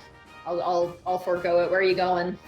I want to just get down into the snow and hide. I'm short, so logically, if this snow is waist high, I could get down and just pretend like I'm somewhere not on the field. All right, roll a stealth check with advantage. You're welcome. You're welcome. 25. Nice. You go underneath. You have like a little fin, like a shark, like one of your ears, but it's barely noticeable. You can't really see it. So you're completely under the snow at the moment, ready for an ambush attack. Yep. That will take your action though. That's fine. So that brings us back to Borky. And Borky, as you see the image of Task, it fades away and you see an actual rabbit. And the rabbit kind of looks and blinks and hops away as you're ready to nail it with a snowball. Borky just puts the snowball down and just runs over And with all You can't go past the line. It's no, like Borky's not going past the line. He runs, like to the side, sorry. Runs to the side, and throws the snowball as hard as he can at the tower to try and knock it down. All right. I will say for this one, just roll it instead of dexterity because it's a large thing. Roll just a strength check to actually forcibly knock it down. Meanwhile, there's Hot Rod. 18. 18. I'm gonna roll for your tower. Greckles, as you're kind of like in your little like gopher hole, kind of like hee. Part of it collapses on top of you. You get dumped with snow. In that moment, he becomes Geckles. That does count as a hit, sadly, because your thing didn't withstand the blow. I'm sorry. Burn it down! I am the destroyer! Lee and Lucy look to you, Borky, and they go, "Burn it down!" Like, kind of like, destroy? Yeah, oh, look. Yeah, sure, yeah, sure. So Geckles didn't confuse Borky at all? Oh, that's sad. It is now Lucy's turn. Geckles will grab her attention. She's gonna do an investigation check. That is a 17. What is your spell save DC? Not that. It's 13. I just gotta imagine Right. Geckles looks like the hyper-realistic. That's it. Yeah, it's a hyper-realistic version of Greckles. Lucy looks and she goes, Amy, she goes, "Wait a minute, that's not real." And she turns and she aims for Meryl. Oh, that's a natural 20. Oh, Jesus. Meryl gets nailed in the face and gets launched back like 2 feet and crashes into the snow. She is now out. KO. KO. Lee is going to aim for the tower. He's going to do a strength check with his -2 strength. Oh boy. That is a 10, so I'm going to have to beat it. And, oh yeah, he like throws the snowball and it doesn't even hit the tower. It just like doesn't even make it. Task, it is now your turn. You watch as Meryl kind of gets up and begins to crawl off the playing field. Dun dun. Dun dun dun. So dun, dun, Borky's dun, not looking, dun, dun, dun, dun, dun, and he still has that mark on him. Dun, dun, Yeah. dun, dun, dun, dun, dun, dun, dun, dun. Taking a shot. Da-da-da! Da-da-da-da-da-da! Dexterity check. 12. 12, yeah, you deck him. Borky, as you're kind of looking around, like you look to the side and you immediately get smashed right in the face with snow. You are KO! You are knocked out. Does it like? Can he land right beside Welcome to Hofstra Shark with his Week, face in motherfucker. the snow? That was. Sam is going to aim for Lee. That's a natural 1. Oh, no. Let me roll severity. Okay, not that severe. He's trying to build a snowball, but it's not sticking together, and he's like, "Come on!" Like he's trying to stick it all together. So he misses his attack. Greckles, you are in your tower. You kind of push the snow off of you. Who's left? You have on Borky's team, you have Lucy and you have Lee.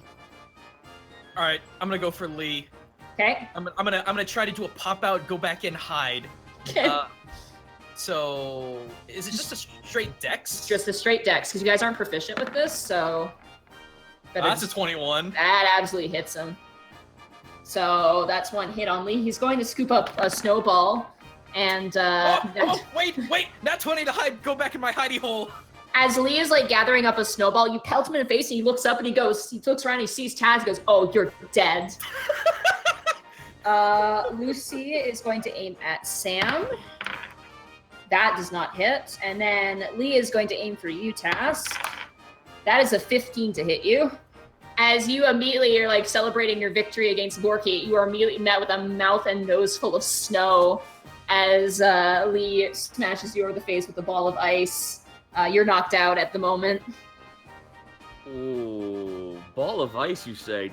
I turn and look at the kid as I walk off the field. It's not like actual ice. It's like a solid snowball. Okay, like, it's not trying to hurt you. You really are making this into Final Fantasy Tactics Advance. Like, holy shit. No. They're not trying to hurt you.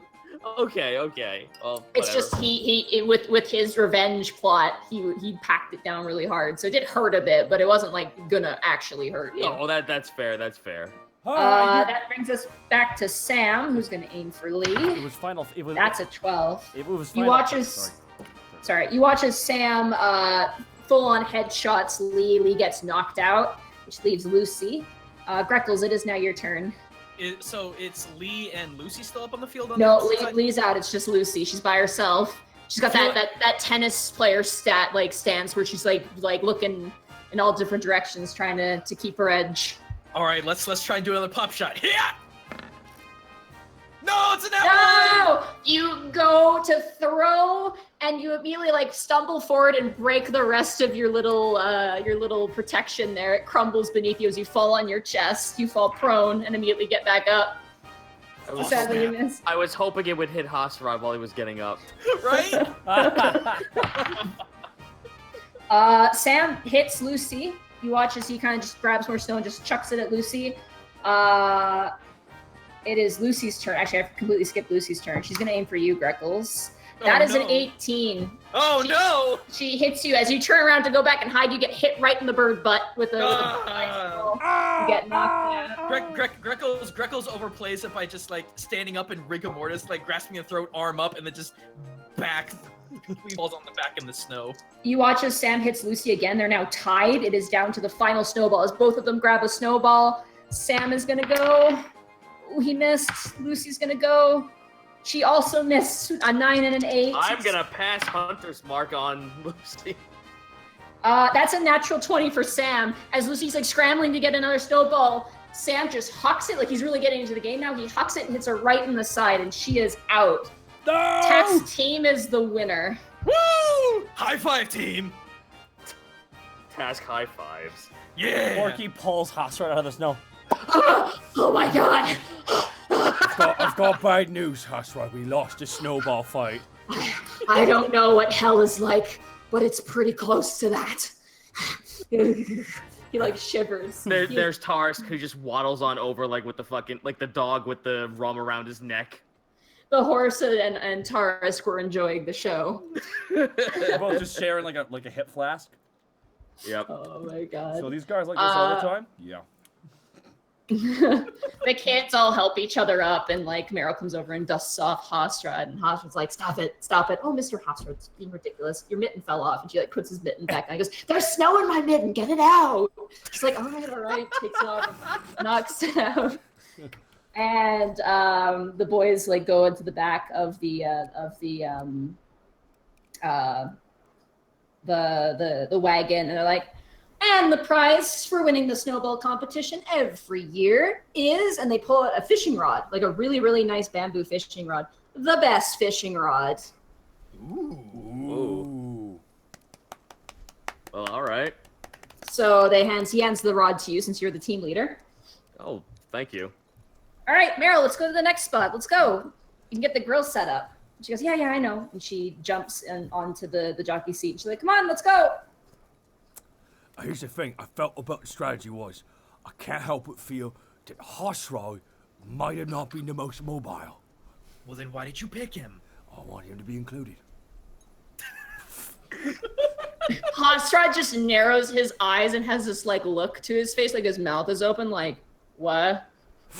Tash just like walks past him, pats him on the back. You're being a lot more social. That's very nice of you. I want free food. You're gonna get it. Is he just like sideways walking? Yeah. He like, as he gets to the back of the wagon, he tries to like launch himself with his feet, but he gets like his stomach on there halfway. He starts kicking with his feet as he's kind of like trying to like push himself like a kid trying to get out of the water with his arms behind his back like a seal. He's like trying to get in the wagon. And eventually Lee comes over and kind of shoves him into the back of the wagon. And Meryl hits the reins and you guys take off again through the snow. At this point now, it's a bit of a wind, a bit more snowfall. The visibility has gone down a bit. And Meryl assures you she knows her way back. It's not a big deal. There's a path. There's a clear set path on the edge of the forest to take. And eventually you guys move. You see a few deer, a few elk kind of making their way through. You see a moose, a singular moose. How tall is this? How tall is this? Then there's Tash just like, whole clutching onto like the hilt of his fucking bow, like. True story. Moose sound like big daddies from BioShock. They They do. sure fucking do. This goes. I mean, it sounds just like it. So when you're 20 feet from one, it's scary as shit. It is. I'm like, that's 6 8 feet tall. Run! It could kill us. Eventually, you guys make your way, and you see a reflection across the glossy surface of a half-frozen lake. And Meryl gets excited, and she kicks, and the horse begins to like almost gallop, and the wagon begins to jump and bound over the snow. And Hosrod is like, "Oh my god! Oh my god! Oh my!" like freaking out. The kids are laughing and giggling, and they're having a field day as the wagon kind of swings and turns. And eventually, it's brought to a stop in front of the lake. And all the kids unload, and they pull out from the same long bag. They begin to pull out just simple fishing rods with line and hooks on them. They begin to pull out little pieces of what looks like maybe like leftover food of meats and stuff like that, sausages, things like that. And they walk over, and while they do that, they hand all of you guys a fishing rod. Task, you have the best fishing rod because your team won, which means you have advantage for fishing. And the rest of the everybody else gets normal fishing rods. Hosrod refuses to take a fishing rod. Mostly because he can only hold it in one arm and it doesn't really work. And secondly, because he's bitter. So is he still hanging out with us where we're fishing? Yeah, he's walking over. The lake is like, it's not huge. It's like maybe like a large-ish sort of pond. Like it's big, and as you make your way over, you do see fish on the surface. And as you make your way over, Sam wastes no time and he just casts his rod immediately. And while he does that, Lee actually goes over back into the wagon and begins to pull out a ceramic, almost like, it looks like a bucket, a ceramic almost bucket, and like a bag of other things, and this wire sort of grill essentially, and he brings it over. And Greckles, you actually roll a history actually. Yeah. Are you hibachiing me? Oh, 6. Damn it, it's a 6. A 6. He brings out, loads up. It takes you a while. He begins to pour charcoal into it, and he begins to light the charcoal, and he sets the grill on top, and you guys begin to fish. So everybody, I want you to roll a survival check to catch a fish. Can I actually go over and offer just to light it for him? Yeah, he's actually struggling to light it. 25 with that advantage. Nice. That's a good thing you had the nice rod. Here, I got you. Oh, nice magic. Awesome. And he sets the grill on top. All right, so that is a 25. Borky casts his rod. Sam. Natural 20. Natural 20. 16 for Grex. 16 for Greckles, that's a 17. And that's another 17 for Lucy. Actually, I don't think Lucy would fish. She doesn't like fishing. So as you guys cast your rods, I want you to roll a 1d4. Oh, here I go rolling the 1d4. A nice. 4. You catch 4 small fish. Okay. Borky, I want you to roll a 2d4. 2d4. Ooh. Okay. You critted, boy. Yes, I did. Boy. And that's a 1 3? and a 2. Yeah, 1 and a 2. Okay. And then Greckles, you catch 1 fish. Oh, and everybody else catches 1 fish. So that's 3 fish. And then Borky, you have 3, and then Task, you have 4. So you guys in total managed to catch 10 fish. And as you guys are kind of, you kind of like throw the rod out and you feel a bite, you just immediately pull it back. The fish are about maybe 4 inches or so. They look like some sort of like maybe a perch of some kind, but they definitely look like they're eatable. They definitely look like pretty good. Task holds up his fish. I have no idea what the fuck this thing is. I'm so used to these things having no eyes and white. Well, they're food, Mr. Task. Well, I get that. I know what a fish is. I've just never seen this one before. There's like tons, it's like tons of them in the water, you know. Mm-hmm. You guys, as you catch your fish, Lee takes them and begins to cook them. Now that you realize that Greckles, it is a charcoal grill. Mm-hmm. He sets kind of like small skewers into them and begins to grill them and like kind of washes them over. Looks like some sort of honey sauce of some kind, some sort of really, really nice sauce. I'll actually help him with that. Yeah, you guys manage to like flip them over and they get this nice charred sort of taste to them. And eventually you all sit down with your fish, and Hofstrad immediately like shoves everybody out of the way, grabs 2 fish for himself, and he goes, "This is for me coming," and sits down and immediately engulfs, like swallows them whole. but there's enough there for everybody else that you managed to eat enough. Mm-hmm. It's sweet. It's kind of got like a sweet and sour kind of flavor to it. It's a very flaky fish. As you bite into it, you expect like bones, but they're soft, so you actually can eat it without any problems. It's very, very nice. It's very, very warm too, and like warms you right to your core. It's really good. This is really good. I haven't done this in forever. I don't think Mr. Bobbington likes making fish anyways, you know, cause like, I don't know, PTSD or fear. He's cursed, Borky. That doesn't mean he can't eat fish. He's still a halfling. Yeah, he's half fish, half man. I mean, but he doesn't care about being half fish. Mr. Borpington is like prepared fish. The only thing I've noticed with him is that when he cuts the head off, there's a moment where he looks at the head and like a single tear runs down his face. And So that just just sounds like, So now I just imagine him making finger puppets. Tell me I'm beautiful. I don't know. After Borky disappears for 10 years and he waits there for Borky, Borky just comes in. He's just got fish heads on his fingers. Borky, me and the family are here for you. Oh, Jesus Christ. Oh my goodness. I guess I'll put this down for task then. I've not done something like this ever. This is normally the Forest Vales territory. I'm mostly just kept to the caves. So this is a new experience. Lee like wipes noses. I mean, we mostly stick to the farms, but this is fun every once in a while. Nice to get away from the parents. Well, do you not like your parents? No, I like our parents, but it's just like, you know, when you work over the entire summer, you wake up, you work the farm, you eat, and you go to bed. It's kind of exhausting. So it's nice to have fun every once in a while. Yeah. You should come swimming with us in the creek during the summer. It's really fun. Oh, summer. I was gonna say right now might be a bit chilly. No, no way. Not right now. Oh. Borky, I want you to roll a perception for me. Okay. There it is. Perception. 18. You hear a laugh. How far away? Muffled but close to you. Borky turns to Hasrod. Is it him laughing? No, he's like currently licking his fingertips. Like, that was good. That was really good. It's not him. Borky stands up and just kind of looks just where the sound's coming from. Okay, roll another perception check. Borky, what's up? One sec. If I heard something. 11. You look around. It's coming from your bag. Wait, the fanny pack of holding? The fanny pack of holding, yeah. Borky... Borky pulls the fanny pack of holding off and walks away for a second. Hey, Grecos, pull out your weapon real fast.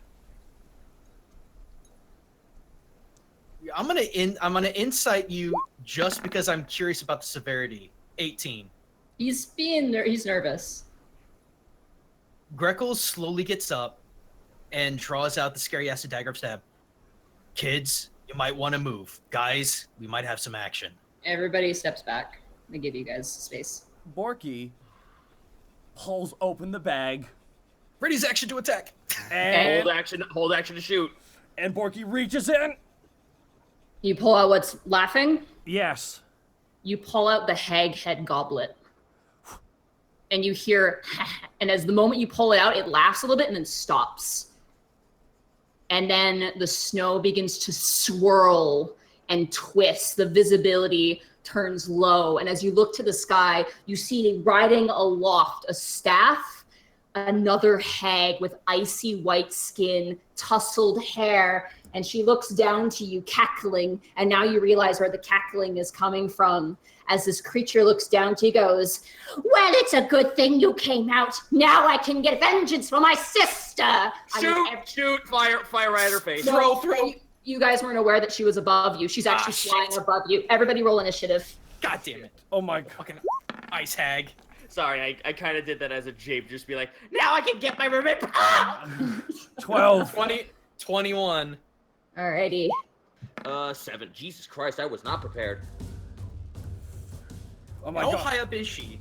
She's up pretty high. She's probably up about 40 feet or so at this point. Also, now would be the time to take a break because I'm gonna write down initiative order. Okay. Alrighty.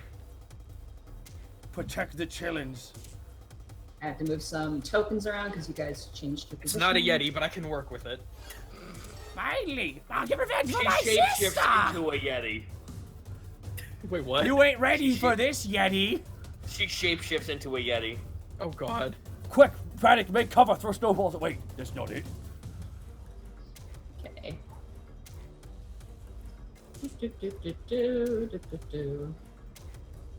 Alrighty. Everybody rolled their initiative. Perfect. Grab a counter book here. So she was riding. What was she riding again? She's riding on a staff. On an actual like she coming on like broomstick essentially. Yeah, basically. Broomstick standard witch. Alrighty. So that's a 21 for Greckles. So the skull was actually laughing. Yeah, it was her laugh. Oh, she was laughing through it? Yeah. Oh. She's a hag. They're yeah. I'm going to the bathroom real fast here. While you're. Yeah. Oh my god, that was not expected at all. Ha ha! Tagline. Alright, I'm gonna go Ooh, kids take a in- wicked yes as well. I'll be right back. I'm gonna go get something else to drink. Don't forget to add the good boy in that fight. Yeah.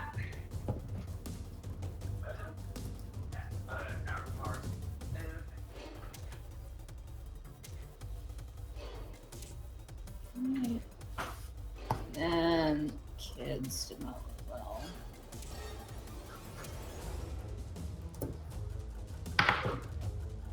Ooh, that's a high. Oh no.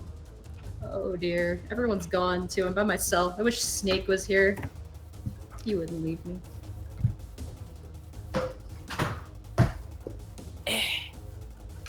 Oh, I'm not alone anymore. Hooray. I mean, you might be alone if you kill us all. We'll find out. Indeedly. So I have a question. Mm-hmm. So I can like my Greckles can throw 2 darts at once. Can he cast a spell and then throw a dart if he does not move? Well, movement doesn't affect the actions in which you can take. So yeah, you could cast a spell that takes an action, then use your bonus action to use a light weapon to attack without modifiers. Okay, and then do I still get my move action? Mm-hmm. Okay. Yeah, she's currently flying up about 40 feet at the moment. Why don't you come down here and fight? Right. Do we have task Oh back jeez, too? didn't mean to do that. Didn't mean to do that. Sorry, sorry, sorry. Alrighty. Where's Greckles. the stupid? Wait, Hang are on. you guys? No, you're not. Here we go. No, we're not all back. Here. Oh, no, give me my map, please. No, god damn it! Stop attacking! I'm trying to freaking. Where's the? How can I click on Firebolt for the description and not attack? Go to your character sheet. Sorry, I'm loading it up right now for you. Go to spells and then click the gear that is on the right side, and it'll show Okay, you. there we go. There we Scroll go. down. You can scroll down. You can read it. Oh, it scared me there for a minute. No, it's all good.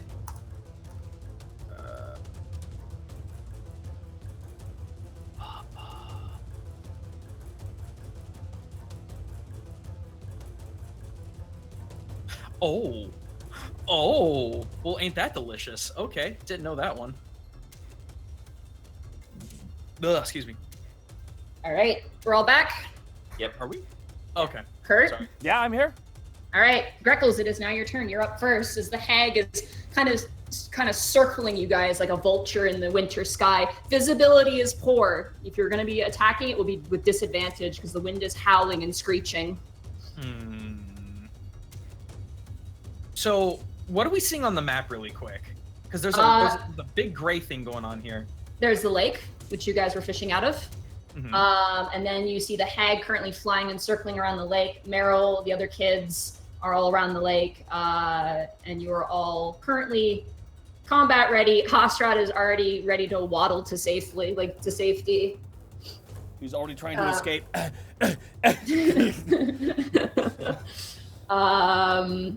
So yeah, basically you have the lake between you and the kids at the moment as you guys were fishing around it. It was more of a pond. Or is it? Yeah, it's like a small, like a large pond. Like a pond you can fish out of. It actually sustains life. Okay. Okay, cool. Yeah. Alright, you frosty old hag. Let's see if you can handle this. Let's throw that firebolt. All right. That will be with disadvantage. Yeah.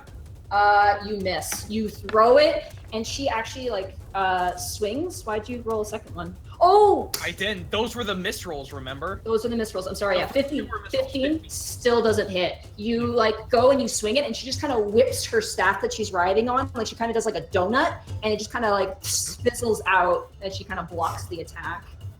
All right, well. She kind of laughs at you. All right, then let's see about this. Yeah. Okay, that hits. That does hit. What did you do? You threw. I darted. I chucked a dart out at her. So you just do 1 damage because you're doing a bonus action. It's a bonus action attack. You throw it at her and you hit her in the chest. She goes, ah! Oh, that's the way you want to play, is it? Boys! And she begins to scream. It is now her turn. And as it is her turn, you watch as bounding over the snow, large, icy white wolves burst into the scene. They're you can barely see them in the snow itself. Oh, jeez. Oh, God, that is massive. They're massive. They're absolutely huge. And they come barreling out, and one snarls and goes, man in flesh. They talk, too. What? She is going to... Let's see. What is she going to do?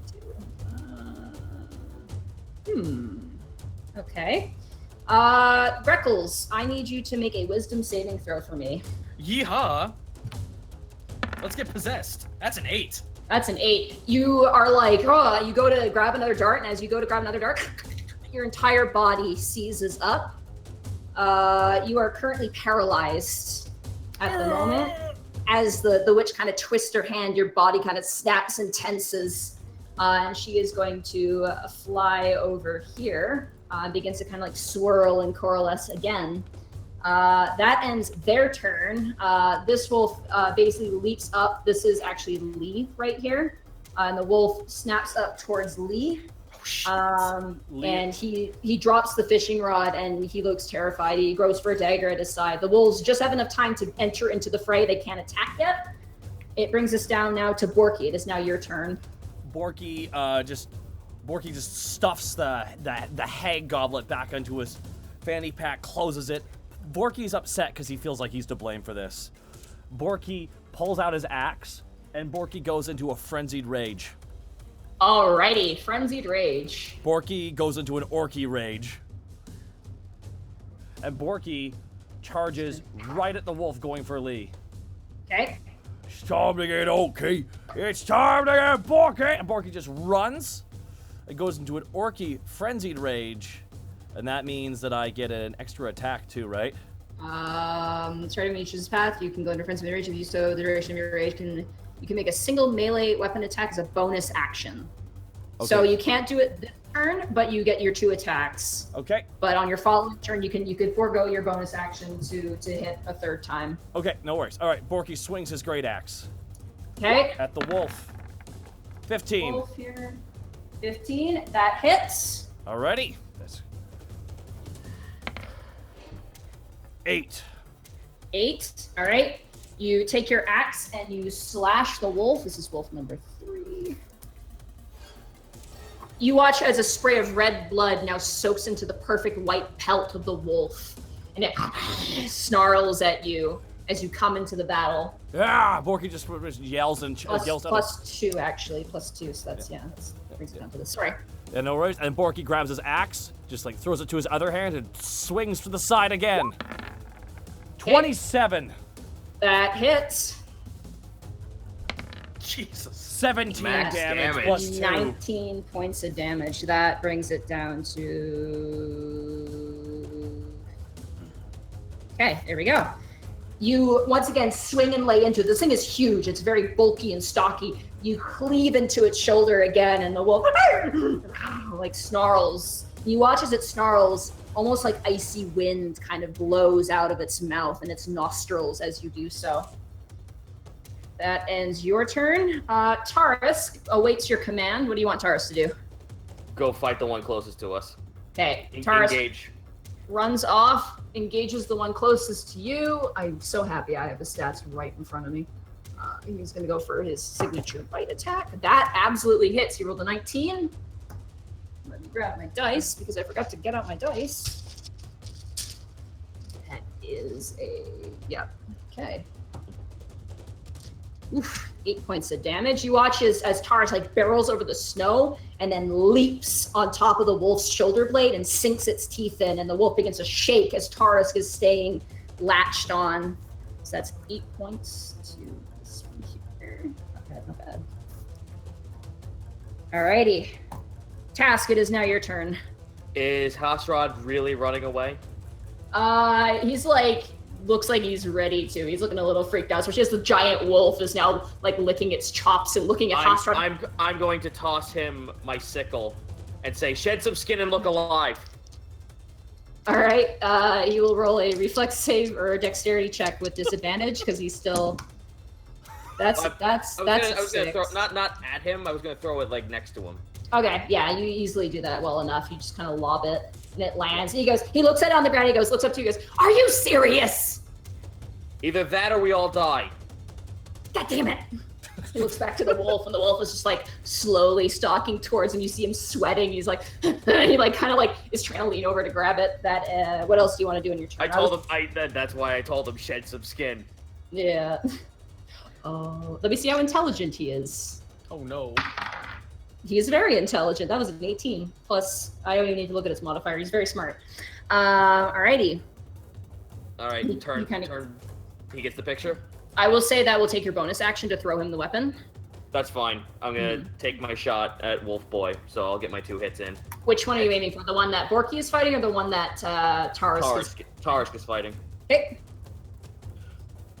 All right. And since he already took damage, I get Colossus Slayer on him. Yeah. Sick. All right, let me get my sheet up. Sorry, different computer. It's all good. Oop.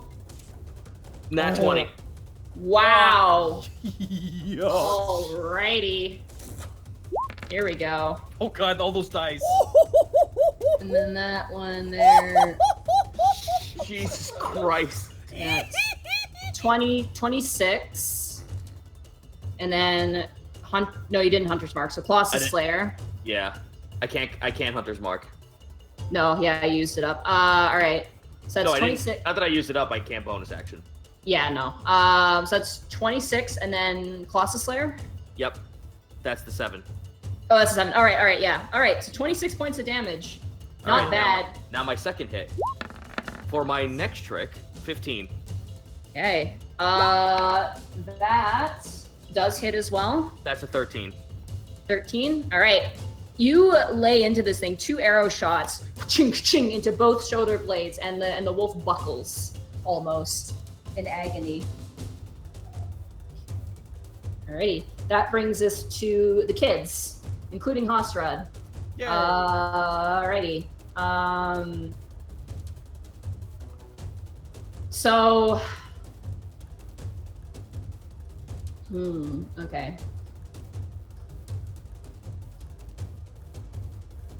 Big mood damage. Hasrod is going to take off a coat. He's going to throw it. He's wearing 4. He takes off 1 coat. He takes off a second coat, so now he's down to 3, and he's going to grab the sickle, and he's going to stay in place. He turns to the kids. He goes, "Get underneath the cart!" And the kids will begin to run. So they'll begin to make their move. Lee is going to disengage, and he's going to kind of turn behind you. The wolf snaps at him as he runs, but he manages to kind of like avoid being hit. I yell at it to get his attention. Greckles, you are still paralyzed. Mm-hmm. You can only make the saving throw at the end of your turn, so you need to make another wisdom saving throw for me. Shit! That's a 13. That's a 13. You try so desperately, but you're still stuck. You can't do anything. And the hag is just pointing at you, and she's like almost falling off of her staff, just like pointing her finger, just laughing at you, just like like she's having a field day. Sadly, that ends your turn. You are still paralyzed. Alrighty. Alrighty. Okay. Alrighty. So she's gonna move.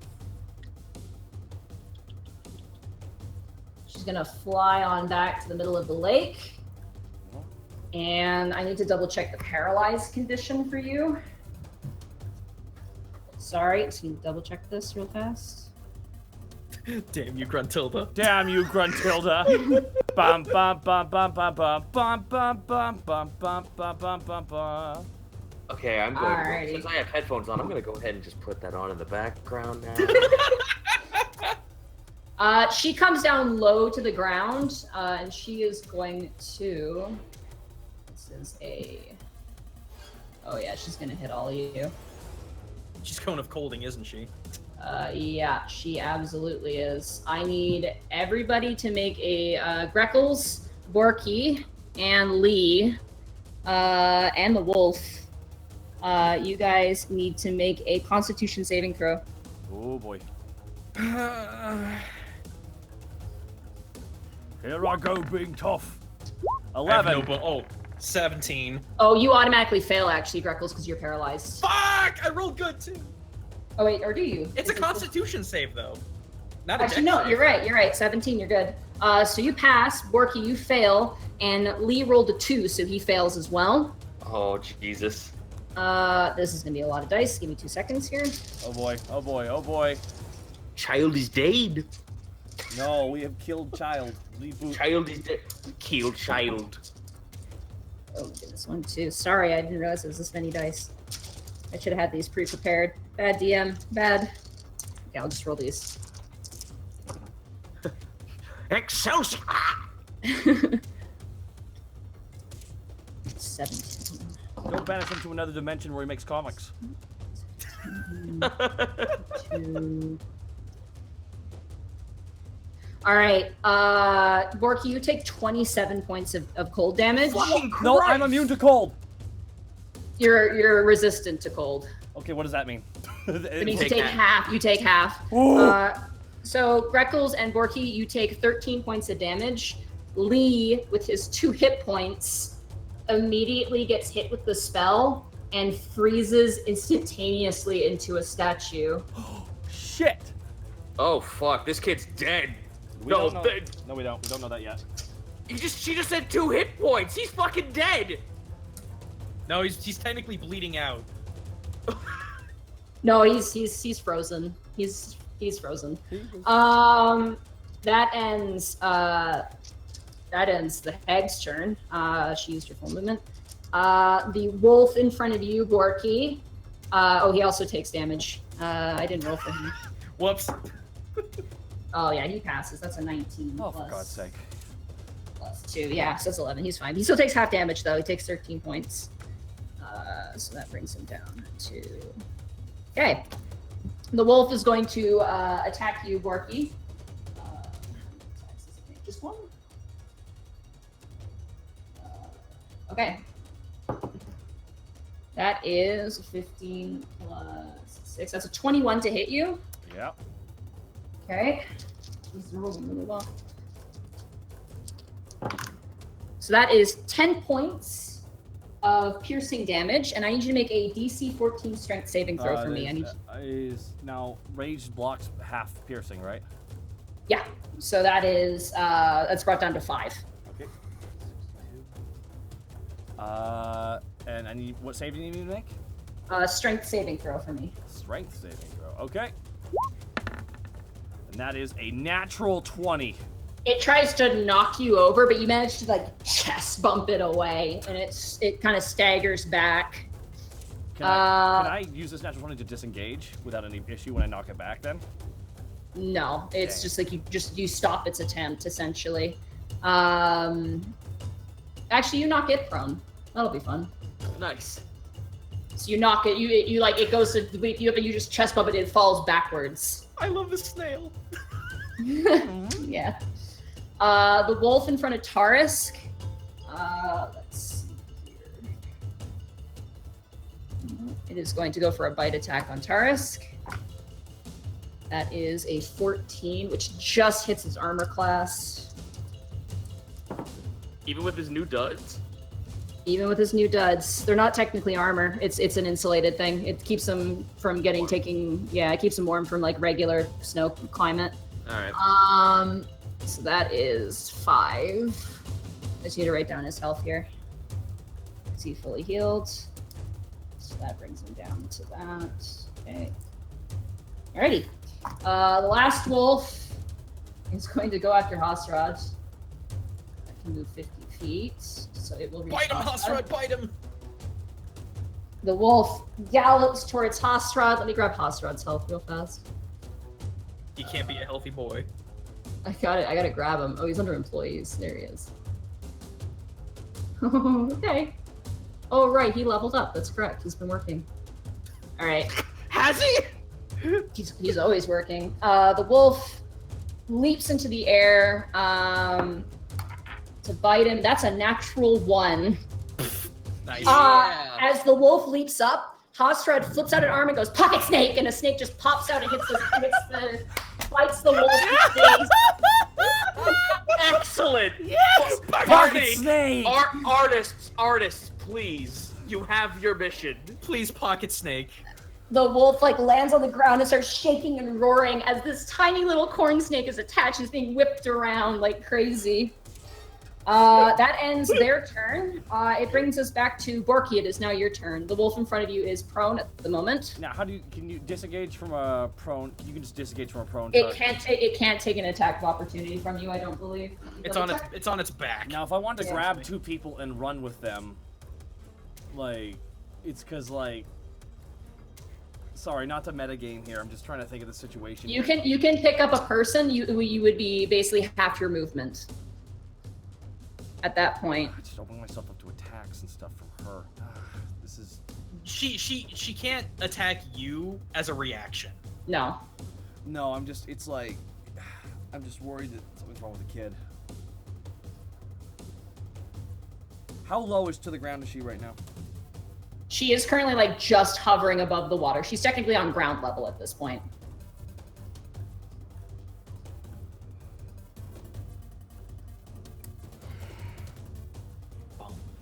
Borky puts the axe away, and Borky pulls out the magical Fey sword. What was its name again? It's called the War Mage's Vengeance. The War Mage's Vengeance. Borky pulls out the sword and holds it up. Shing! Does she react at all? Let me knowledge Arcana that. I don't think she'll know. I'll give her a disadvantage because I don't think she would know. Yeah, she has no idea. She kind of looks perplexed at the weapon. Doesn't seem to know what exactly it's for. And Borky disengages from the wolf and runs right at her. Okay, the wolf does get an attack of opportunity, but with disadvantage because it's prone. Okay. Oh, that's a 4. That's not going to hit you, even with its bonuses. Yeah, that's a 10. Runs right at her with the sword. He's still in his frenzy rage, so he gets his second attack. He gets his you get 3 attacks technically because what was the name of this sword? Now, how do the rules for the sword work again? Let's do this. I will do it for you. I will tell you. Okay. So you need to. You're going right up to her. You go right into the water, but you're fine. Yeah. The T actually kind of saves you from having to make a check. Yep. So you're going to attack her. You have 3 attacks in a frenzied rage. Yep. All right. So attack number 1. Yep. Roll the hit. You gotta roll. Well, what do I do? Just roll your attack. Is it the great you sword? Roll, it's the great sword in your inventory. Yeah. Great sword. Okay. First attack. That is a 13. You swing at her and she rolls over on the broomstick and flips upside down and she's like, ah! So you miss your first attack. Stab her in the fucking face.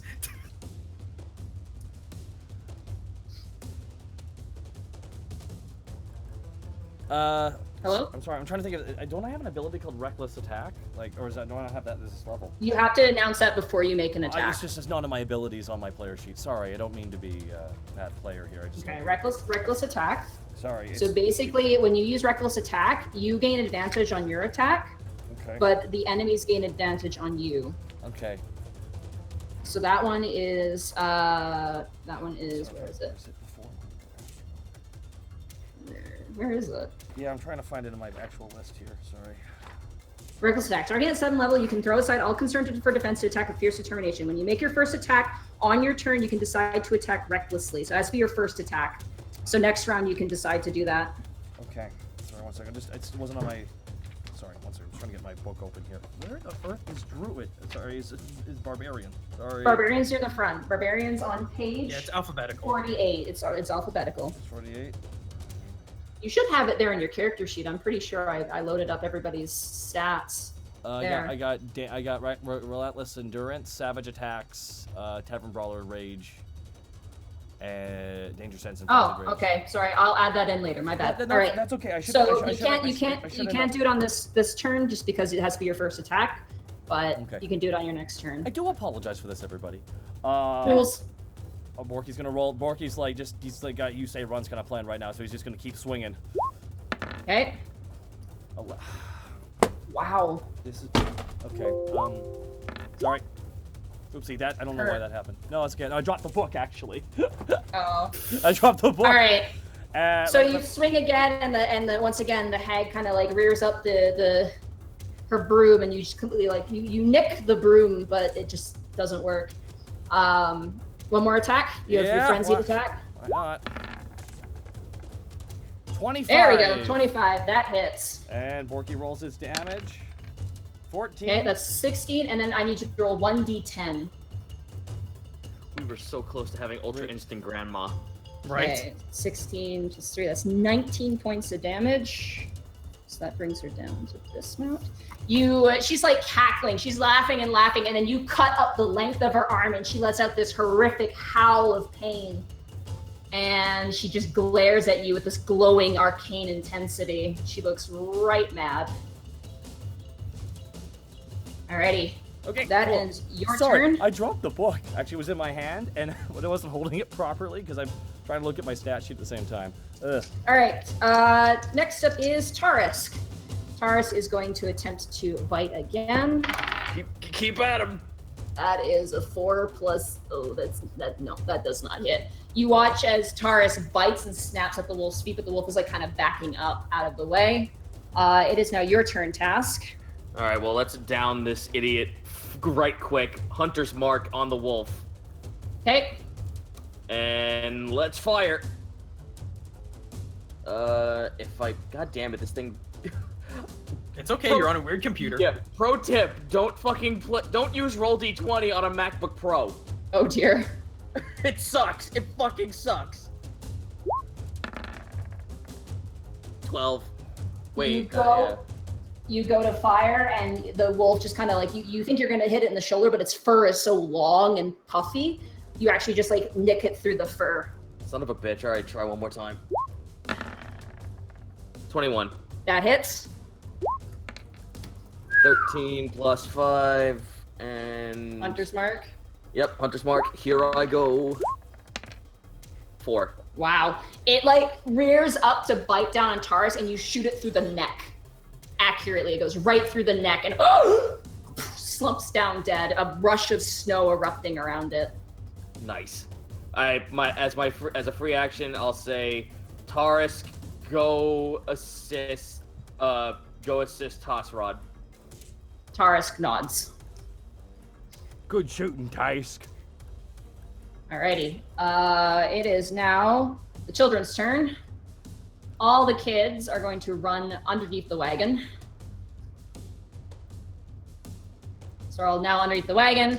Hostrud with the sickle as the wolf is still shaking its head off. I gotta grab his freaking stats. He's never fought before. Oh boy. Learn, motherfucker. You're working for us. More pocket snakes. He literally has no weapons. Let me actually look up Yuan-Ti abilities, because he might actually have something there. Can't he have don't Yuan-Ti have like a hoisted weapon? Or a bite attack? Something. They probably have some. Let me look up. Okay. Alrighty. I didn't know you could do that, Hosrod. Neither did I. Okay, Hostrod is going to cast Suggestion on the wolf. Yo. So he looks up at the wolf the wolf like whips and the snake lands into the snow dead. And the wolf snarls and Haswood goes, "Hey, can we be cool?" Like just kind of shrugging. And you watch as his eyes glow with an arcane ability. Let's see if the wolf can save. Where's the wolf's? What is this save for this spell? Suggestion. Oh shoot, I gotta look this up. Sorry. Sorry. I think it's a wisdom spell. It's a wisdom save. I'm 100% certain. Suggestion. Wisdom saving throw. Yeah, I figured. I just wanted to double check. Sorry. Where is your wisdom, Mr. Wolf? Oh, you actually have a decent wisdom. Let's try this. That is a 7. So the wolf fails, and the wolf kind of just like stops. And Hostard's like, cool. Can you be cool? Hosrod just pulled Ka out of nowhere. Right? Trust in me. Like, just chill out, bruh. Chill out, dude. Hipster Ka. Alright. No, That's that's a sexier snake than Angelina Jolie. That ends Hostrad's turn. The wolf just kind of looks at him. It's got blood dripping out of its nose, but it's cool. It's fine. All right, that brings us around back to Greckles. I need you to make another wisdom saving throw for me. Here we go.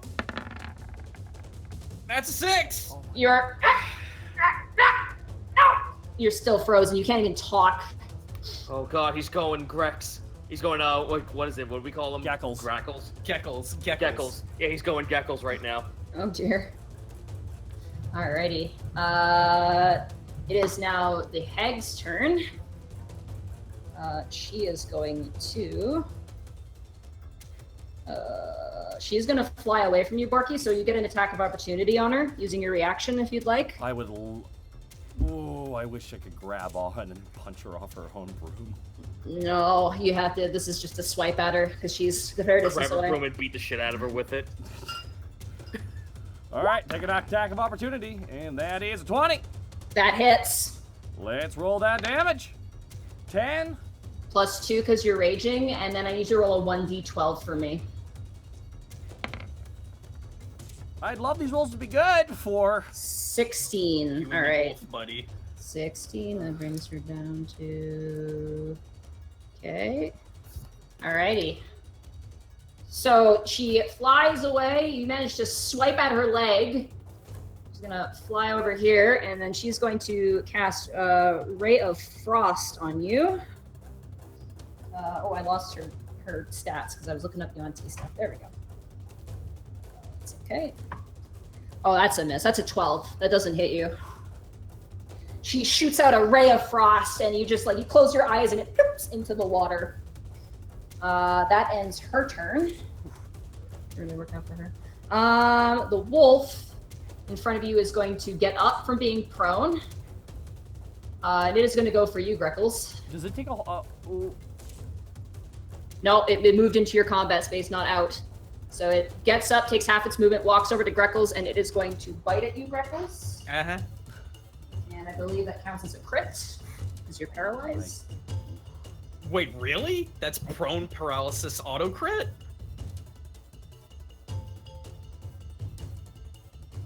Wait, is everyone still there? Yeah. I'm here. Okay, it got really quiet all of a sudden. Yeah. Oh, hello. Okay, we're good. We're good. My everything just flashed. Yeah, that's what I was worried about. Check your audio recording, Nidhi.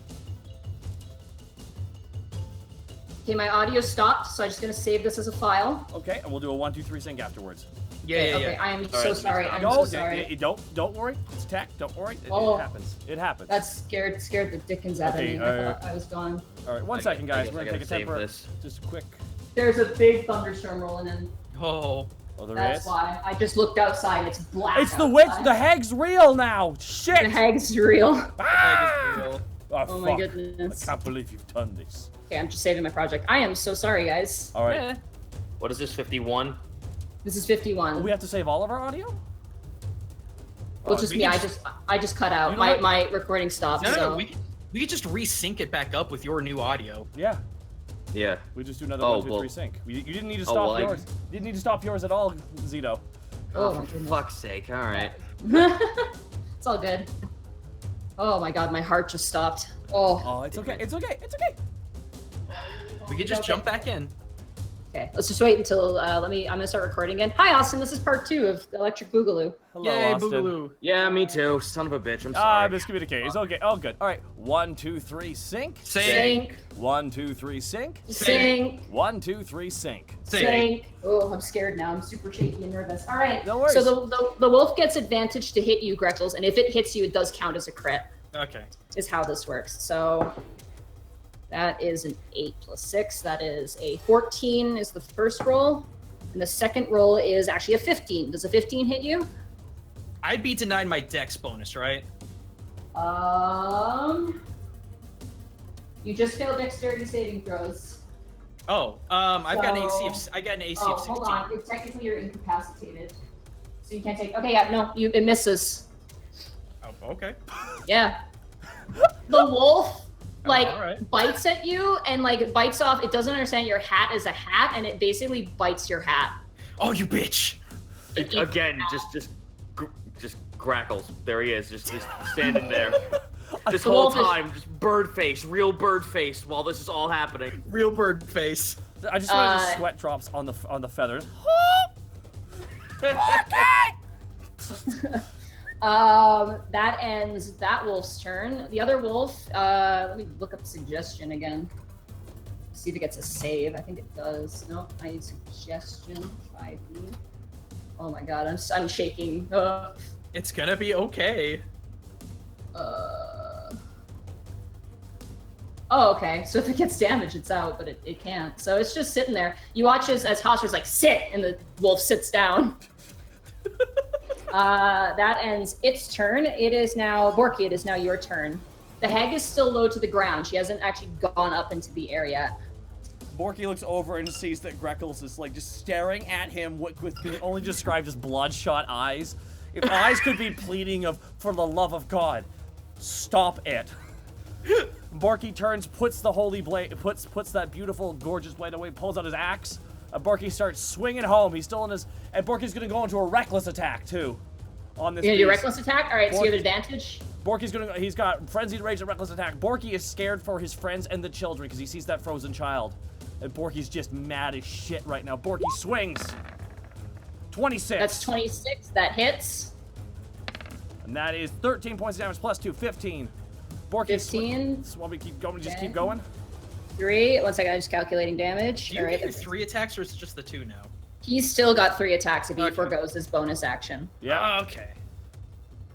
Unless, 1 second, this reckless attack. I don't think reckless. Oh my god, the power just flickered again. I'm scared. That hits. All right, so another. All right, Borky keeps going. And 10 plus 2. That does it. You cleave the wolf's head clean off as it crashes to the ground. I still have an additional attack. Can I pull out another weapon and attack a different target, or am I stuck here? You can move as well. You can break up your attacks by moving. Oh, you can. I can break up my attacks by moving. Well, Borky. Wait. So I can move and then attack? You can move and then attack, yeah. Borky's gonna turn with his axe, and Borky's just gonna charge right at that hag. Okay. Borky ain't even gonna attack the hag. Borky's gonna spear the hag. Okay, with the javelin? No, with himself off her damn floating thing. That would take an action, so no. You Oh, can't you can't? sadly, Oh, you can't Borky's do just that, gonna no. run at her with an axe. Okay.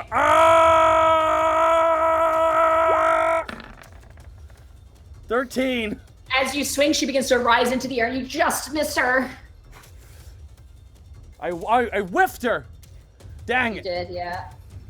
It's Tarask's turn. Tarask, I told him to assist Hosrod, but yeah. Tarask will use the dash action. Oh my god. I heard that. I heard that. Oh, I'm spooked. All right, guys, if this ends here, we might have a short session, just so you're warned on both the podcast and stream. This is what happens, guys. This hag is so powerful that it's actually affecting the real life around Monty. Oh my god, the rain. Oh my god, the rain. Okay, I'm spooked. All right, Taurus runs over and sits down in front of Hostrad too. Obediently. He's like, well, hey, he's doing it. I'm gonna do it too. Alrighty, that ends his turn. Task, it is now your turn. Passing that mark onto the hag. Alright, hag is marked. Taking a shot at hag. Okay. Here I go, shoot the hag. 29. Oh, wow. Okay. That definitely hits. Roll for damage. All right, that's 7 plus 8, and now Hunter's Mark. 15, 5. Oh, lovely. 20 damage. Not bad. And now for my next attack. 18. That hits as well. Oh my Alright, god, so I can't that's- even see outside my window. This is legitimately terrifying. So 7 plus 3. Yeah, That's torrential downpour indeed. 10. It is a literal torrential downpour That outside. It is. Happened actually about Oh my god. Oh my lord. Oh, the trees like bend sideways. I'm spooked. Okay. I gotta focus. Focus on the game. It's okay. You shoot solidly into both sides of a side underneath the rib cage. She almost gets knocked off the broom as she's raising off, but as she gets knocked over, she kind of does like a roll and then manages to steady herself and keeps rising up into the air. It is now the children's turn. They're going to stay, and Hostrad is going to turn to the wolf, and he's going to go, now go home. Think about what you've done. Bad dog. Bad. Oh. And Taurus says, like, not you, you. I have the wolf make another saving throw just for this command. That's a 4. That's gonna fail. The wolf is now gonna probably leave. Sad hold music. It is gonna run away with tears streaming down its wolf face. No! It is out of combat. It runs away. Greckles, it is now your turn. Roll another wisdom save. Okay. That's a 4. I'm so sorry. You are still frozen. I feel really bad. You're rolling really badly. I'm so sorry. It is now the hag's turn. She is rising up into the sky, currently glowing like a weather balloon with the blinking hunter's mark.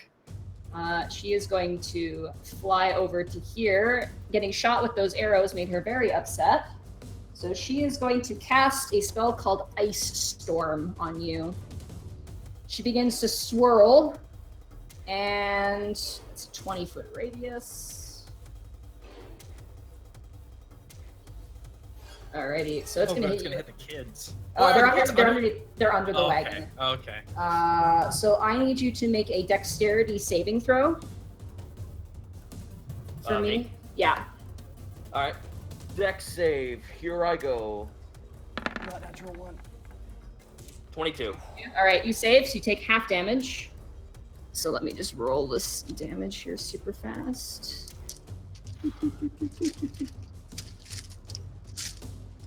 Sorry, digging through my dice here.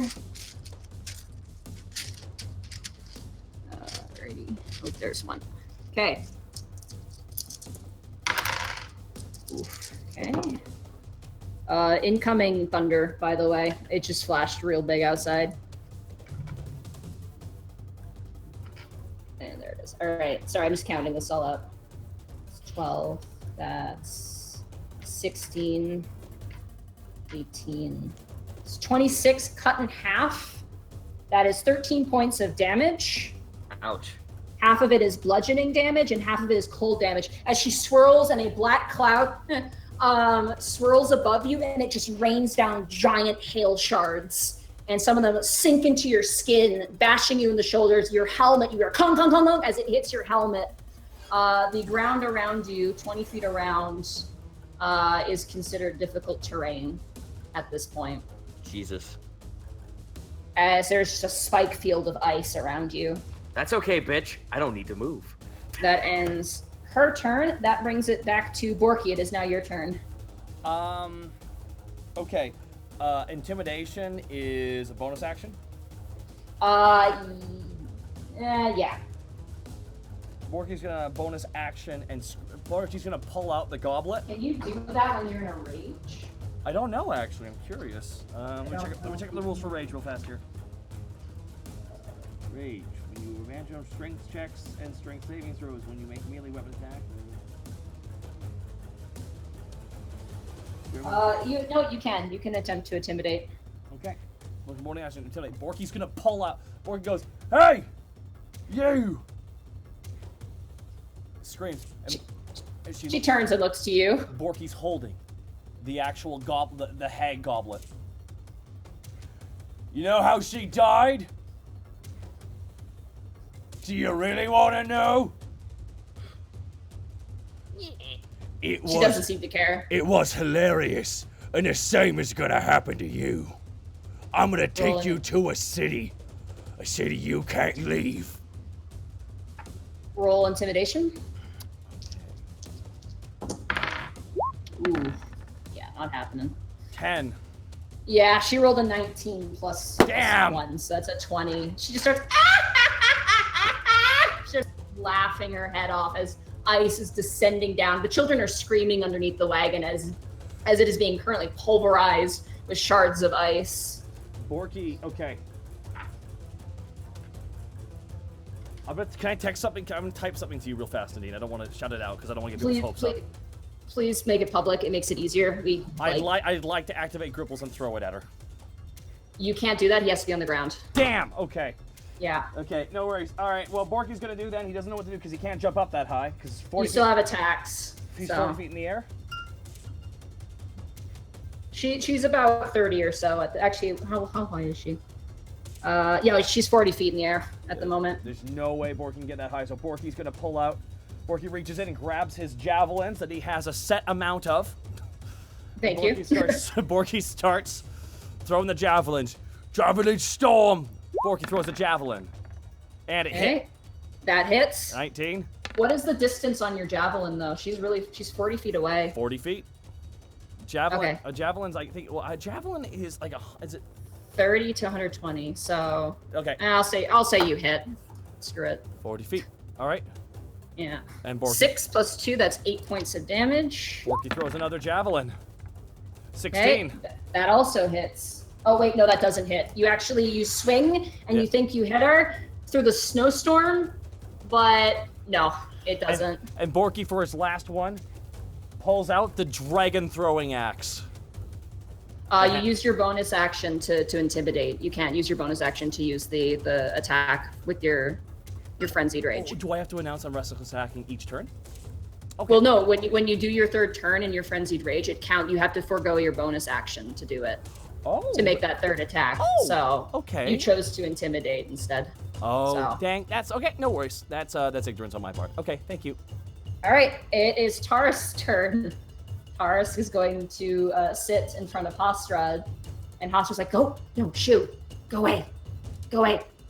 Task, it is now your turn. The hag is kind of encircling. She's currently got a javelin in her back shoulder. I don't need to move, bitch. I'm gonna fire. Okay. 28. That's a 24. All right. Roll for damage. That is 11, and then Hunter's Mark. Yep, let me add Hunter's Mark onto that. Shoot her! 5. 5, so that's Shoot her! 15. Not bad, not bad, not bad. Okay. All right, now I just wanted to use one basic attack. Now I wanted to forego Hunter's Mark to go into Hail of Thorns. Alrighty. I have to at least hit her, though. Yeah, you have to hit her. All right. And she has to make a dexterity saving throw. That's a 17 to hit. That hits. That just barely hits. And she gets a dexterity saving throw as well. All right. So that's 8, and then I got to add Hail of Thorns onto that. Okay, well, she got a 6 with her dexterity throw, so she fails. So she takes full damage. So that is Let's see. 8. If you cast a spell using the spell slot, the damage increases by 1d10 higher. I need to save my last spell for healing, so I'm only gonna do level 1.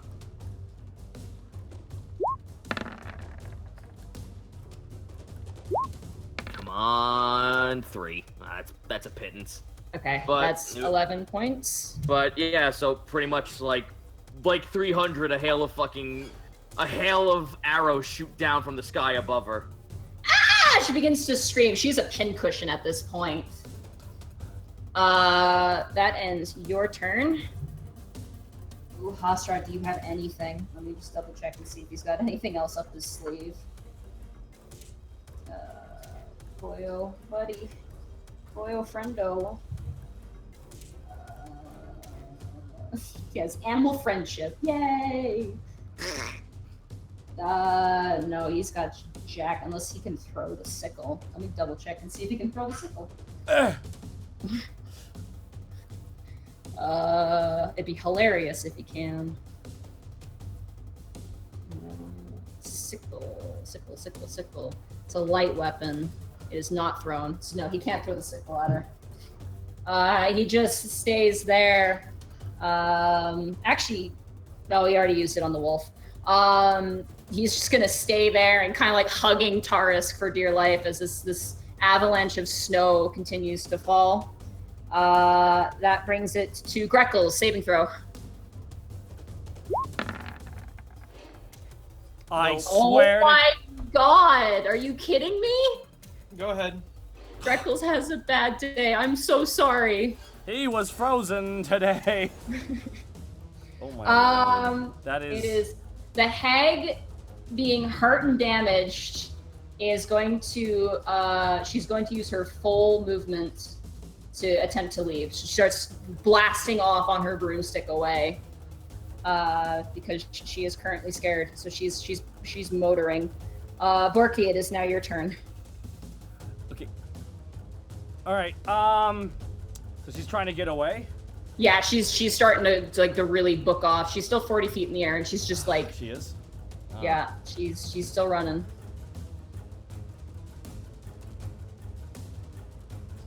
Is there a tree? Is there anything nearby that Borky can climb up? It is a clearing. It is the pond, and then there's like trees way off. I'm trying to think of what I can do in this scenario. Borky's still got 3 javelins, so Borky's just screams, get back here! And Borky still reckless attacking. Okay. Borky's gonna keep on. Borky's gonna pull out 2. Borky's gonna first of all throw 1 javelin. 13, 15. You throw, and she just spins and misses. All right. Remember. All right. Borky's gonna throw another javelin. Very recklessly, 26. That one hits. Roll damage. That's 9. As you rear back and she's like, you immediately pin her and you knock her off the staff. The staff goes careening and crashes kind of vertical into the ground. And then she just face plants. And as she falls, she shatters into ice onto the ground, dead.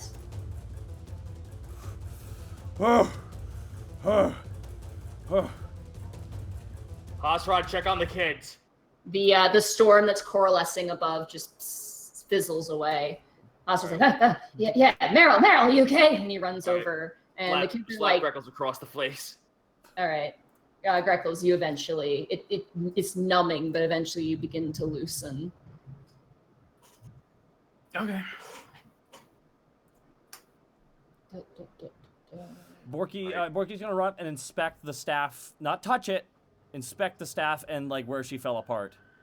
All right. She's into shattered pieces. There is a satchel on her side. The staff itself appears to be kind of like fizzling, almost as if like the power is sort of leaving it at the moment. Borky, can Borky like investigate what he's looking at real fast here, like or perceive? Roll if you roll an investigation, it means you touch it. Borky's not gonna touch it. Okay. Borky's the bag though is on the ground. Is nothing? Yeah. Nothing ominous about the bag at all. It's like a leather pouch. Borky's going to. Okay. If I investigate it, do I have to touch it? Yeah. Borky remembers what was told, how Task chastised him about touching the sword because it could be dangerous or cursed, and this is a hag we're dealing with. It's dark magic. So Borky's gonna grab the satchel though. Okay, you grab it. Yeah. Borky's gonna look. Cold. It's very cold. Borky's gonna look inside it, but kind of like away a little bit, away from his face, and like slowly peer into All right. it. Inside, peering back at you, is a human eye encased in ice. And it kind of looks up at you. Oh, good. Borky looks a human eye. Borky looks back at it. It doesn't blink because it has no eyelids. Just kind of stares. Borky closes the bag on it. Okay, you close the bag on it. And Borky just kind of ties it to his side, essentially. All right, you tie it next to the fanny pack of holding. Yeah. The kids immediately scramble over to Lee, who is completely frozen in ice. I'm going to start trying to safely firebolt him to get Roll him a thawed. medicine check. And the moment there's like bare flesh shown or like his face is out of the ice, I'm casting Cure Oh, Wound. that's a 7. Okay. You don't know, you don't know if that'll work.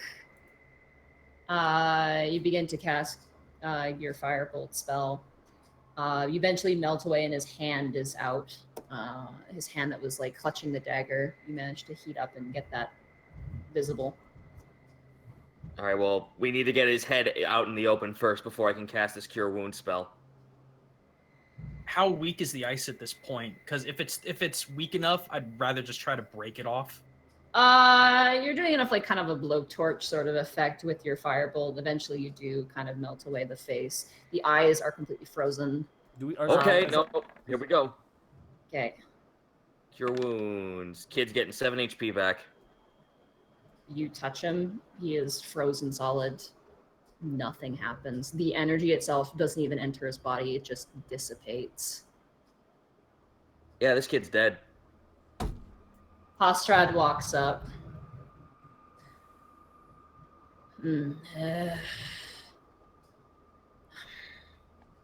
Blood. You need it? I need everyone to give me blood right now. Greckles holds out his talon. Taz takes a dagger and slices the wrist. Borky clomps up. What's going on? We cutting ourselves? Oh. This better be Hostrad pulls out a ornate bowl. And he sets it on the ground. And he sits cross-legged in front of it.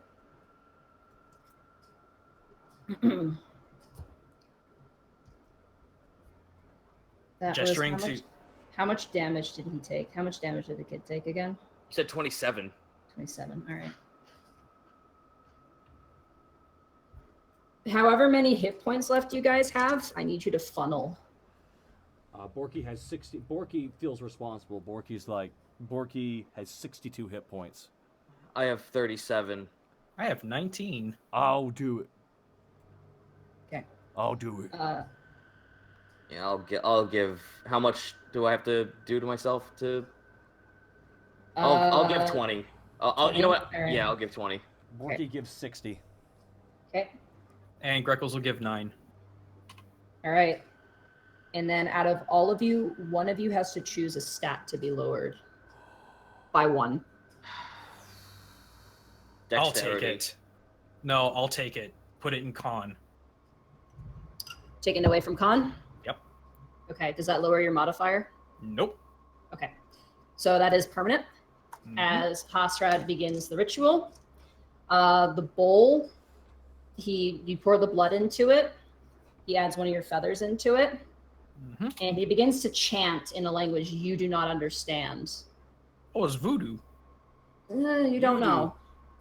And Hostrad, who is generally a very quiet person, this is the most you've ever heard him talk. Whatever this is, takes about 20 minutes as the snow is howling, and he is even getting iced over as he's doing this. Meryl is holding her breath. And at one point, he does say in common, Quetzal Queen, please guide my faith.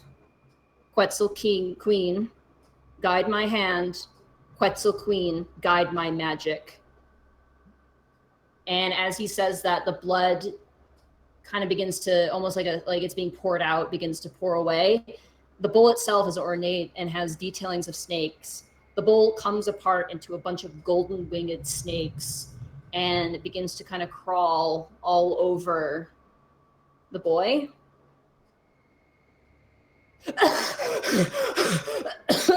He begins to cough as the ice breaks around him. Hosrad loses 2 to a stat as well. Give this kid a health potion. Yeah, you give him a health potion. Roll the health potion. What are you gonna lose, Hosrad? Alright, health potion. Sorry. He's lose 2 to dexterity. Ooh, he lost a modifier. Alright. Christ. My 2d4 plus 4. Hold on a second. 2d4 Blessed plus... be Snack. Blessed be Hosrad.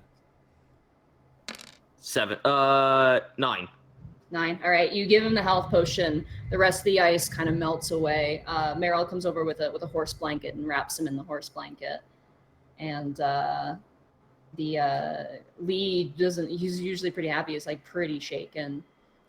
He's kind of like shuddering and shaking. And Hosrad turns to all of you and goes, "I will never do that magic again."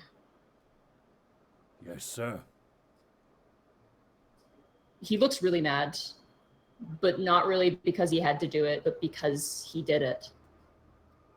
And he begins to walk towards the cart. Borky's gonna nudge Task real fast. Got two wolves there. She'd probably survival them. You know, cut them up real quick. Task does not respond to that and ushers the kid to the cart.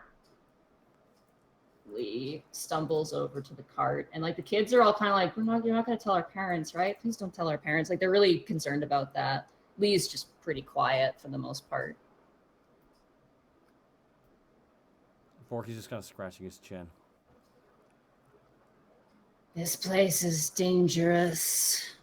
Almost as much as the jungle. Yeah. It's hard to be a kid in places like this. Task looks over at Meryl. Take us to a house. I could take us to a paladin of Ginter. Take us somewhere where we're indoors and not in the open. Okay. Do you guys load up, or are you gonna? Real fast. I'm gonna survival check I'm just gonna try and cut. Borky's gonna pull out his axe real fast and just chop at the wolves. Okay. Roll 2 survival checks there. In the meantime, Monty, I'm gonna go and drop from 11 to 10. Natural 1 on one of them. Natural 1 and a 20 on the other side. You walk up to the first wolf. Its head is cut off. That was your handiwork, and you're like, no. He's just like, no, not even gonna. No. Yeah. You go over to the other one. 5-0. Okay. 5. They're so big, and like, Boy. they're already beginning to freeze over, and the snow is beginning to fall over them. You're not able to get anything out of it. You get one fang out of it. You get one winter wolf fang. All right. Borky tells Task real fast. Task. Gestures. What? He points at the witch's broom sticking in the ground. I ain't touching that, but we should tell someone about that. Task looks over at one of the jackets that Hosrad had foregone, and he's going to wrap up the stick and bring it on board.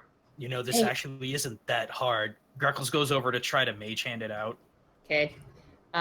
You go, and the moment you touch it, it begins I mage hand it. Yeah, the moment you touch it with mage hand, it begins to float upwards. The moment it's touched, it just starts to float upwards. Like just going up and up and up and up. Just going up and up and up and up. And you notice that your mage hand is actually stuck to it as it keeps going up and up and up until eventually it reaches out of your distance for it and it dissipates, and then the stick just keeps going up and up and up.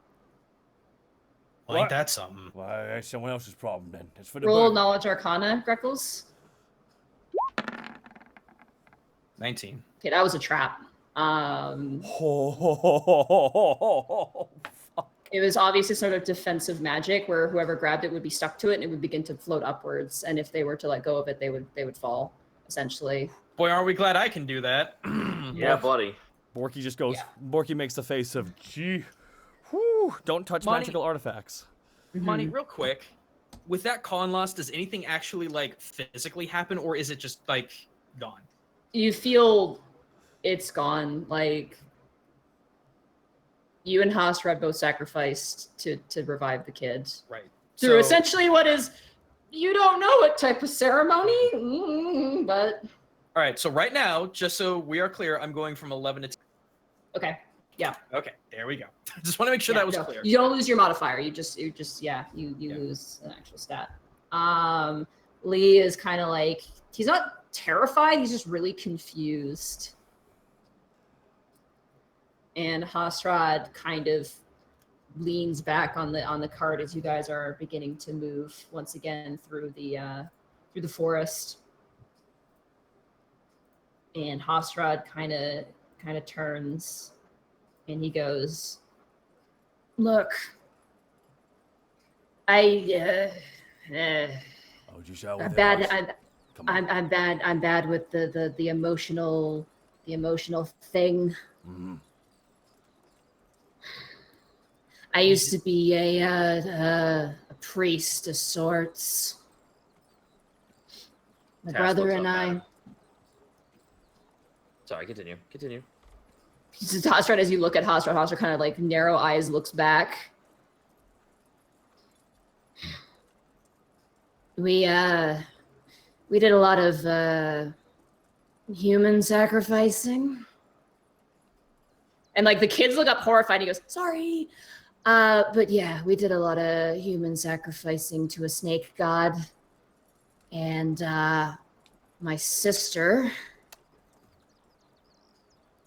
became the high priestess, wanted to summon that god into the material plane, and to do that would need to sacrifice all the priests. So my brother and I, well, we didn't like that so much. And you said nah to that.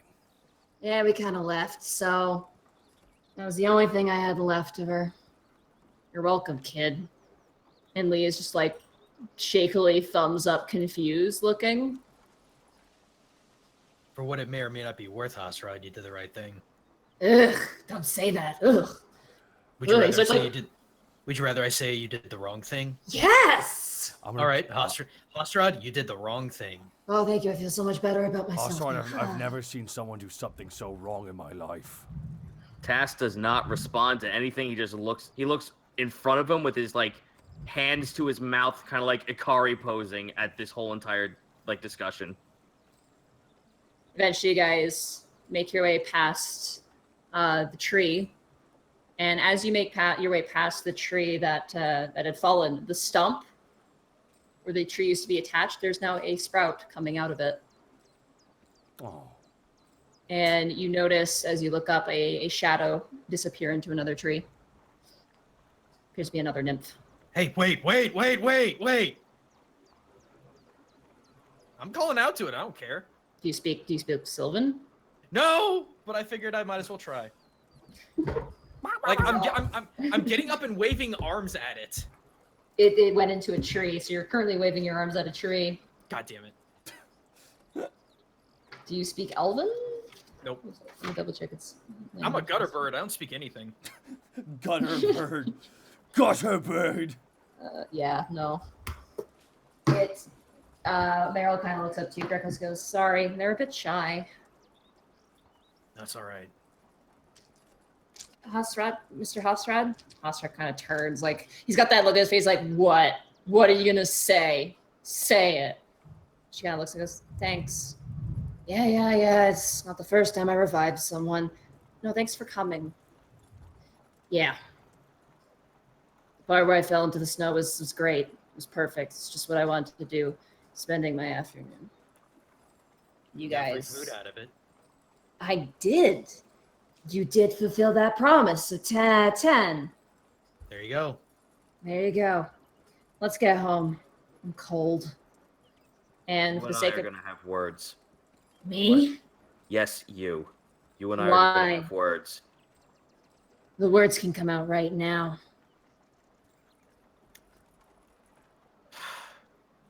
I suppose it could before we enter the city. I want to know more about that necromancy you just pulled. No, you don't. Besides, you can't learn it. People of our race are born with it.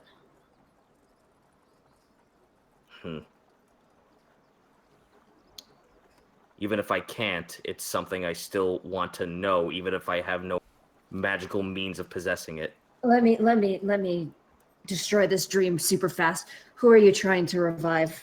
I'm not trying to revive anyone. Okay. Trust me, it's not worth what it takes away. It never is. No, that kid might be awesome. Yeah. I just want... Lee's just like, yeah. Yeah. Tash just looks forward. I don't want to return someone. I just want to know what my sister was in. I wish to know what my sister had her hand in magically. Yeah. Well, I'm not your sister. So, sorry. No shit. Snakes, most lizards. Your cousins, if anything. Distant relatives, perhaps, but I haven't looked into it. You meet up at like once a year and you're like, oh, what's neat? What's going on with you?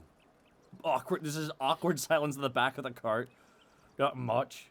How are the kids? That's great. Lucy kind of just goes, I had fun. And like Sam like smacks her like, what? Greckles is actually going to try to look around his body to see if there was any sort of, like, permanent damage to him. Besides where your feathers are plucked out for the actual ceremony itself, you're good. Your bones are more hollow. Your bones are. You feel a little bit hollow lighter. earth theory is now even more intensified. Taka, why would he have hollow bones? He doesn't fly. Because all birds have hollow bones, and you're a bird. I'm half bird. How are you half bird? You're like full bird. No. Technically, they used to be like real birds, so no, it makes sense. Hollower bones. Hollower bones. Eventually, you guys make your way back through the farmland, and eventually Meryl does drop you guys off in front of the city. As you guys get off, Meryl actually kind of grabs Greckles, grabs your hand, and she goes, "Oh, don't tell our parents about this, please." Kid, you have no idea how many secrets I have under my hood.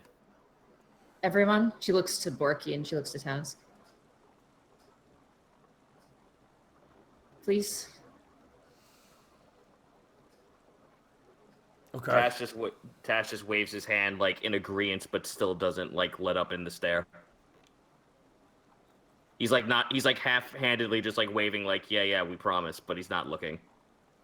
She nods. She looks to you, Borky. Borky does a thumbs up. Borky kind of does that like thumbs up or thumbs down, and does up. Thanks. All the kids look relieved. They're just like, whew, not getting into trouble today. At least not with the parents. I'll see you guys at work. I heard you hired a new servant maid. Yeah, you're gonna love her. Really? Yeah. Well, that's great. I thought it was gonna be replaced. Oh. No, if you died, then maybe. Borky! What? Let's... What? Meryl actually starts to laugh. Oh. Laughing in the face of danger. Hey, it's not the first time. No, it's not. And that's why I'm scared for you. You're getting accustomed to it. Something a child shouldn't need to be. Well, if it's Eltmer or here, I do prefer here. Because you guys are I'll here. remember that. Tasha just looks at her. I'll remember that statement. Alrighty. Bye. And she snaps the reins and the horse takes off the wagon. And the kids go, bye. And Lee kind of stands up with both arms and says, thanks, Mr. Hosrod. And Hosrod's like kind of like flinches away. Children. You did the reverse of a human sacrifice. You brought one back. Borky chuckles. We'll see how I get punished for that one. Oh, we're not gonna do anything. Not you. Oh. Someone else. By the way, before we go in town, I didn't want to say it around the kids. It's the second hag I've killed. Awesome, I know. Number 2, I feel the blame because I killed that first hag. She came back for me. The 3rd, And Borky pulls open the bag. Borky pulls up this bag. I found this bag beside her. And there's something inside, and I want Willow to look at it, but I ain't bringing in something magical without telling you about it. Borky opens it up a little bit. Okay. You see the eye. Is the eye in there still? There's an ice cube with an empty socket in the center where an eye used to be. Okay, so there was an eye that looked at me? Borky, just throw it out. And while you're at it, get rid of the cup. Actually, that's what I want to talk to her about. The thing is, that was a warning.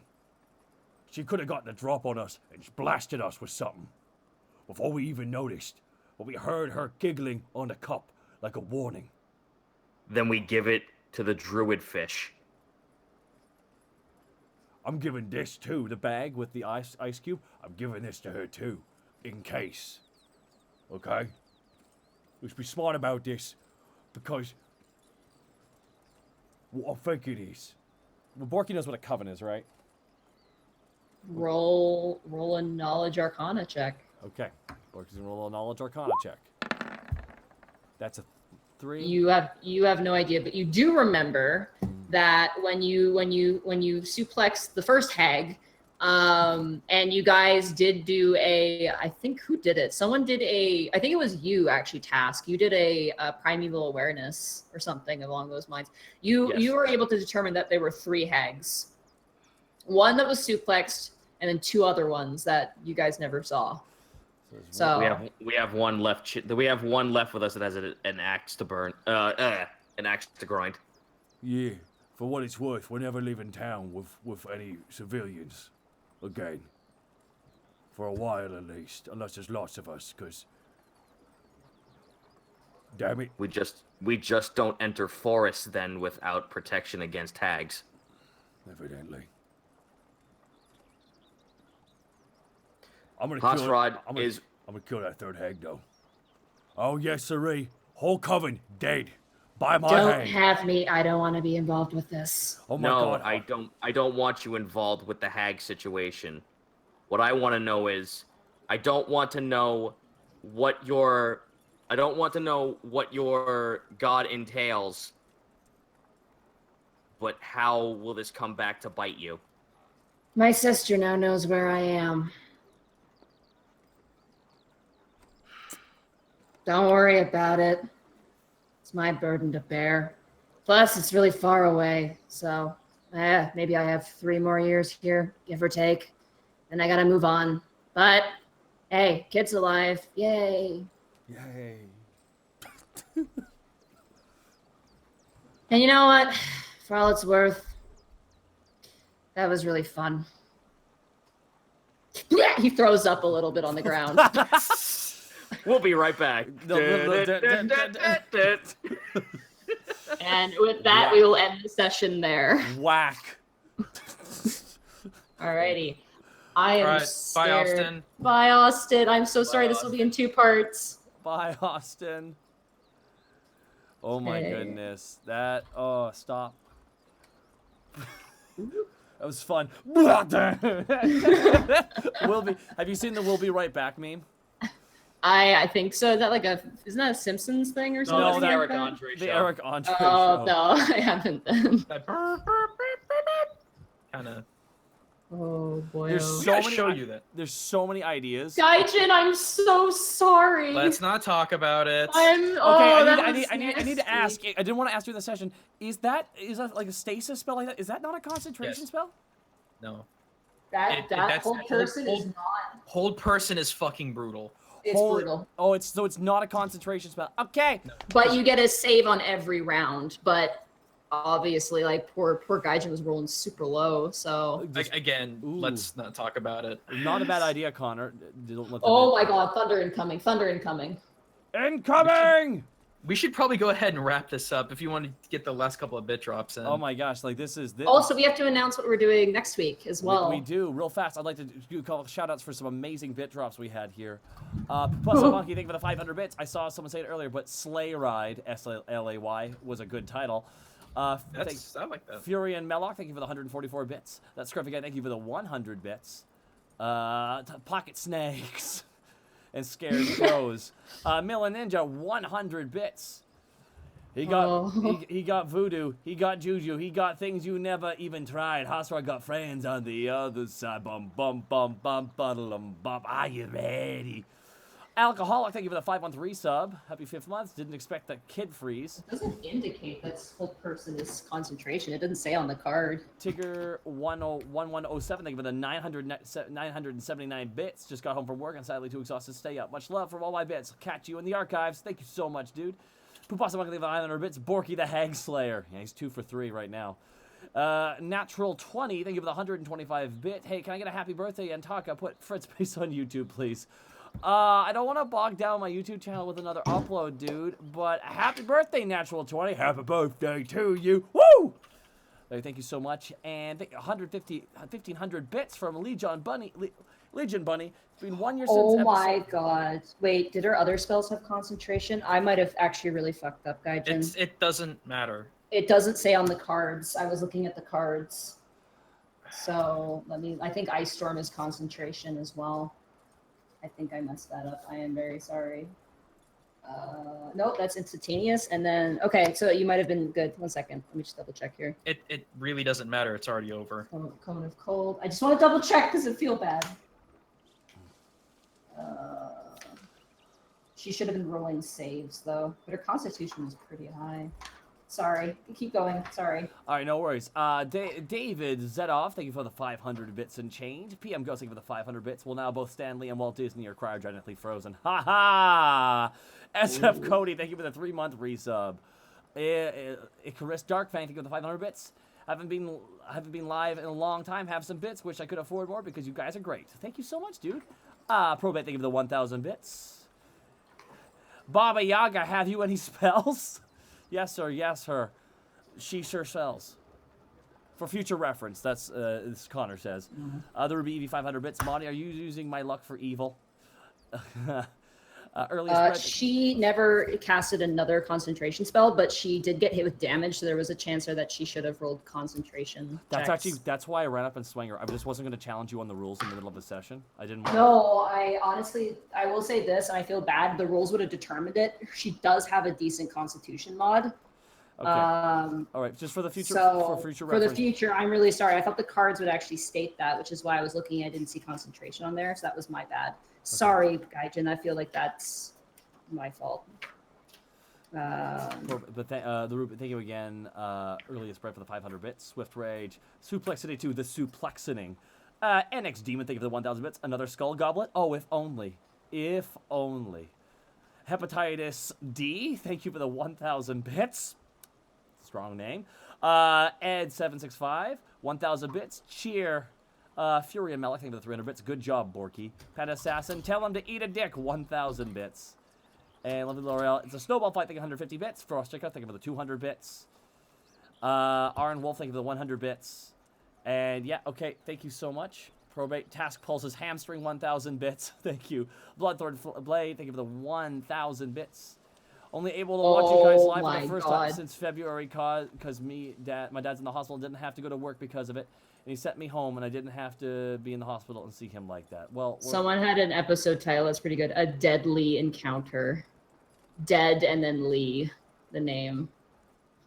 A deadly encounter. Well, that's spoiler for the people who haven't hi, I'm Lee. Right. That kid's fucking dead. The second Gaijin and Zito have to go because Zito's gotta get Gaijin's gotta get Zito home. Okay. So you guys you guys heading out? Okay. Yeah. Yeah. Let's announce really quick what we're doing next week really fast. Absolutely. Because Gaijin's in it too. So because Zito, you're away. Yep. Gaijin, are you there? Yeah, I'm here. All right. So next week we're not actually having an Unexpectables episode. Because we're missing Zito. So our good old friend Edward Bosco is actually going to run a one-off for Gaijin, Taka, Snake, and myself. Actually, I get to play.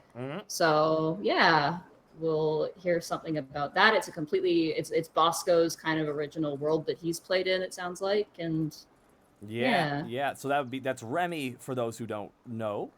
Remy's running a game. Remy's going to be DMing for a one-off. Monty will be a player, joined by myself, Goomba, and good old Connor. And also give Monty a chance to prep some other stuff. So yes, you get to see Monty as a player, guys, next week. So definitely don't miss that. This was a fantastic session, by the way. I was genuinely nervous for the kids. Okay, Blay McDo, thank you for the 1,000 bits, dude. Greatly appreciate it. And Ajima, thank you for the bits. Ajimo as well. Toku Nerd as well. Great show tonight, folks. No Haghead. Oh, well. I mean, only so much you can do. Poop us a monkey. As I said earlier, Slayride was a good title. And Foot and Talk about the 500 bits. Monty gets to play! Exclamation mark. Gaijin, Zito, you guys need to go, so don't be afraid to head out. I'll catch you guys later. All right, guys, don't forget to check out Gaijin Goomba over at Gaijin Goomba on Twitch. And on Twitter as well, guys. Goomba's working on some new streaming content, so definitely, guys, give him a shot. I host him for that reason. And also, don't forget to check out at CZ Backlash on Twitter and at Zito. And Zito here on Twitch as well. But we can give him some more information about this. Yeah, it'll be regular time next week. It'll be a one-off. Super jazzed. I'm super jazzed for this. I'm actually excited to be a player with Unity. Yeah. It'll be fun. First time you and me have ever played in a campaign together. Oh, I feel really bad about that concentration. I didn't want to. Here's the thing. I hate spells with concentration because I always forget about them. I didn't want to challenge you on it in the middle of the session because that's why I thought if I hit her, it would Next stop. Next time do. Don't be afraid to bring up stuff like that. Like that's fine. Like. I just don't. All right. Just do. Next time, do it. Because Absolutely. the chat was mentioning it a fair about. So was it? Then mention it to me. That something like that. If it's a hindrance to the players, I want to know because I don't want the players hindered because of my mistake. That's not fair. Yeah. So. Let her know the C on the card is for concentration. World Boy Wimpy says. There's a C. I don't see. Where's the C? There is no C. I don't see a C. Always ask the tell Monty it's okay. Hag was just on a game that day. Yeah. True. Yeah. She was pissed at you. But still, I need to be on top of it. I don't see any C cards. Or there's like the number C on it. Number C? There's no number C. The cards I don't think have them. I could, unless they're on the back. It's on a diamond, he says. On a diamond? There's no diamond on it. I guess it's just. I mean, she may have old cards. Okay. Either way. All right. Well. All right, no worries. All right, guys, everyone, thank you so much for the bits you submitted, guys. We will see you next week. Monty, where can they find you? You can find me at Monty Glue on Twitter, and you can find me at twitch.tv/Monty Glue on Twitch. We're going to try and figure out a good name for this episode. We had some good suggestions, but we'll discuss that. I think we'll discuss that in private, though, guys. But, guys, thank you so much. If you like this, choke slam that follow button or RK out of nowhere that sub button, guys. Citra King's actually working on some art for this upcoming new one-off. We'll see, because he said it's a one-off, but it's built to be more, possibly. Dun dun dun dun dun. That's what he said. Dun dun dun dun dun dun dun. Because he has fun doing this. But this is a world that he actually developed a long time ago that he had another. He's also played in it. It was like it's like a setting almost. Yeah, so. This was a campaign. This was a setting he was fully engrossed in. So he's now going to be a DM of another story in this world. So you get to see what's a lot of time's been spent on. But guys, I'll talk to you all later, and we will see you next week at 7 o'clock PST, 10 o'clock EST, 9 o'clock CST. See you guys later. Bye. Bye-bye. Don't forget there's other streams too. Bye!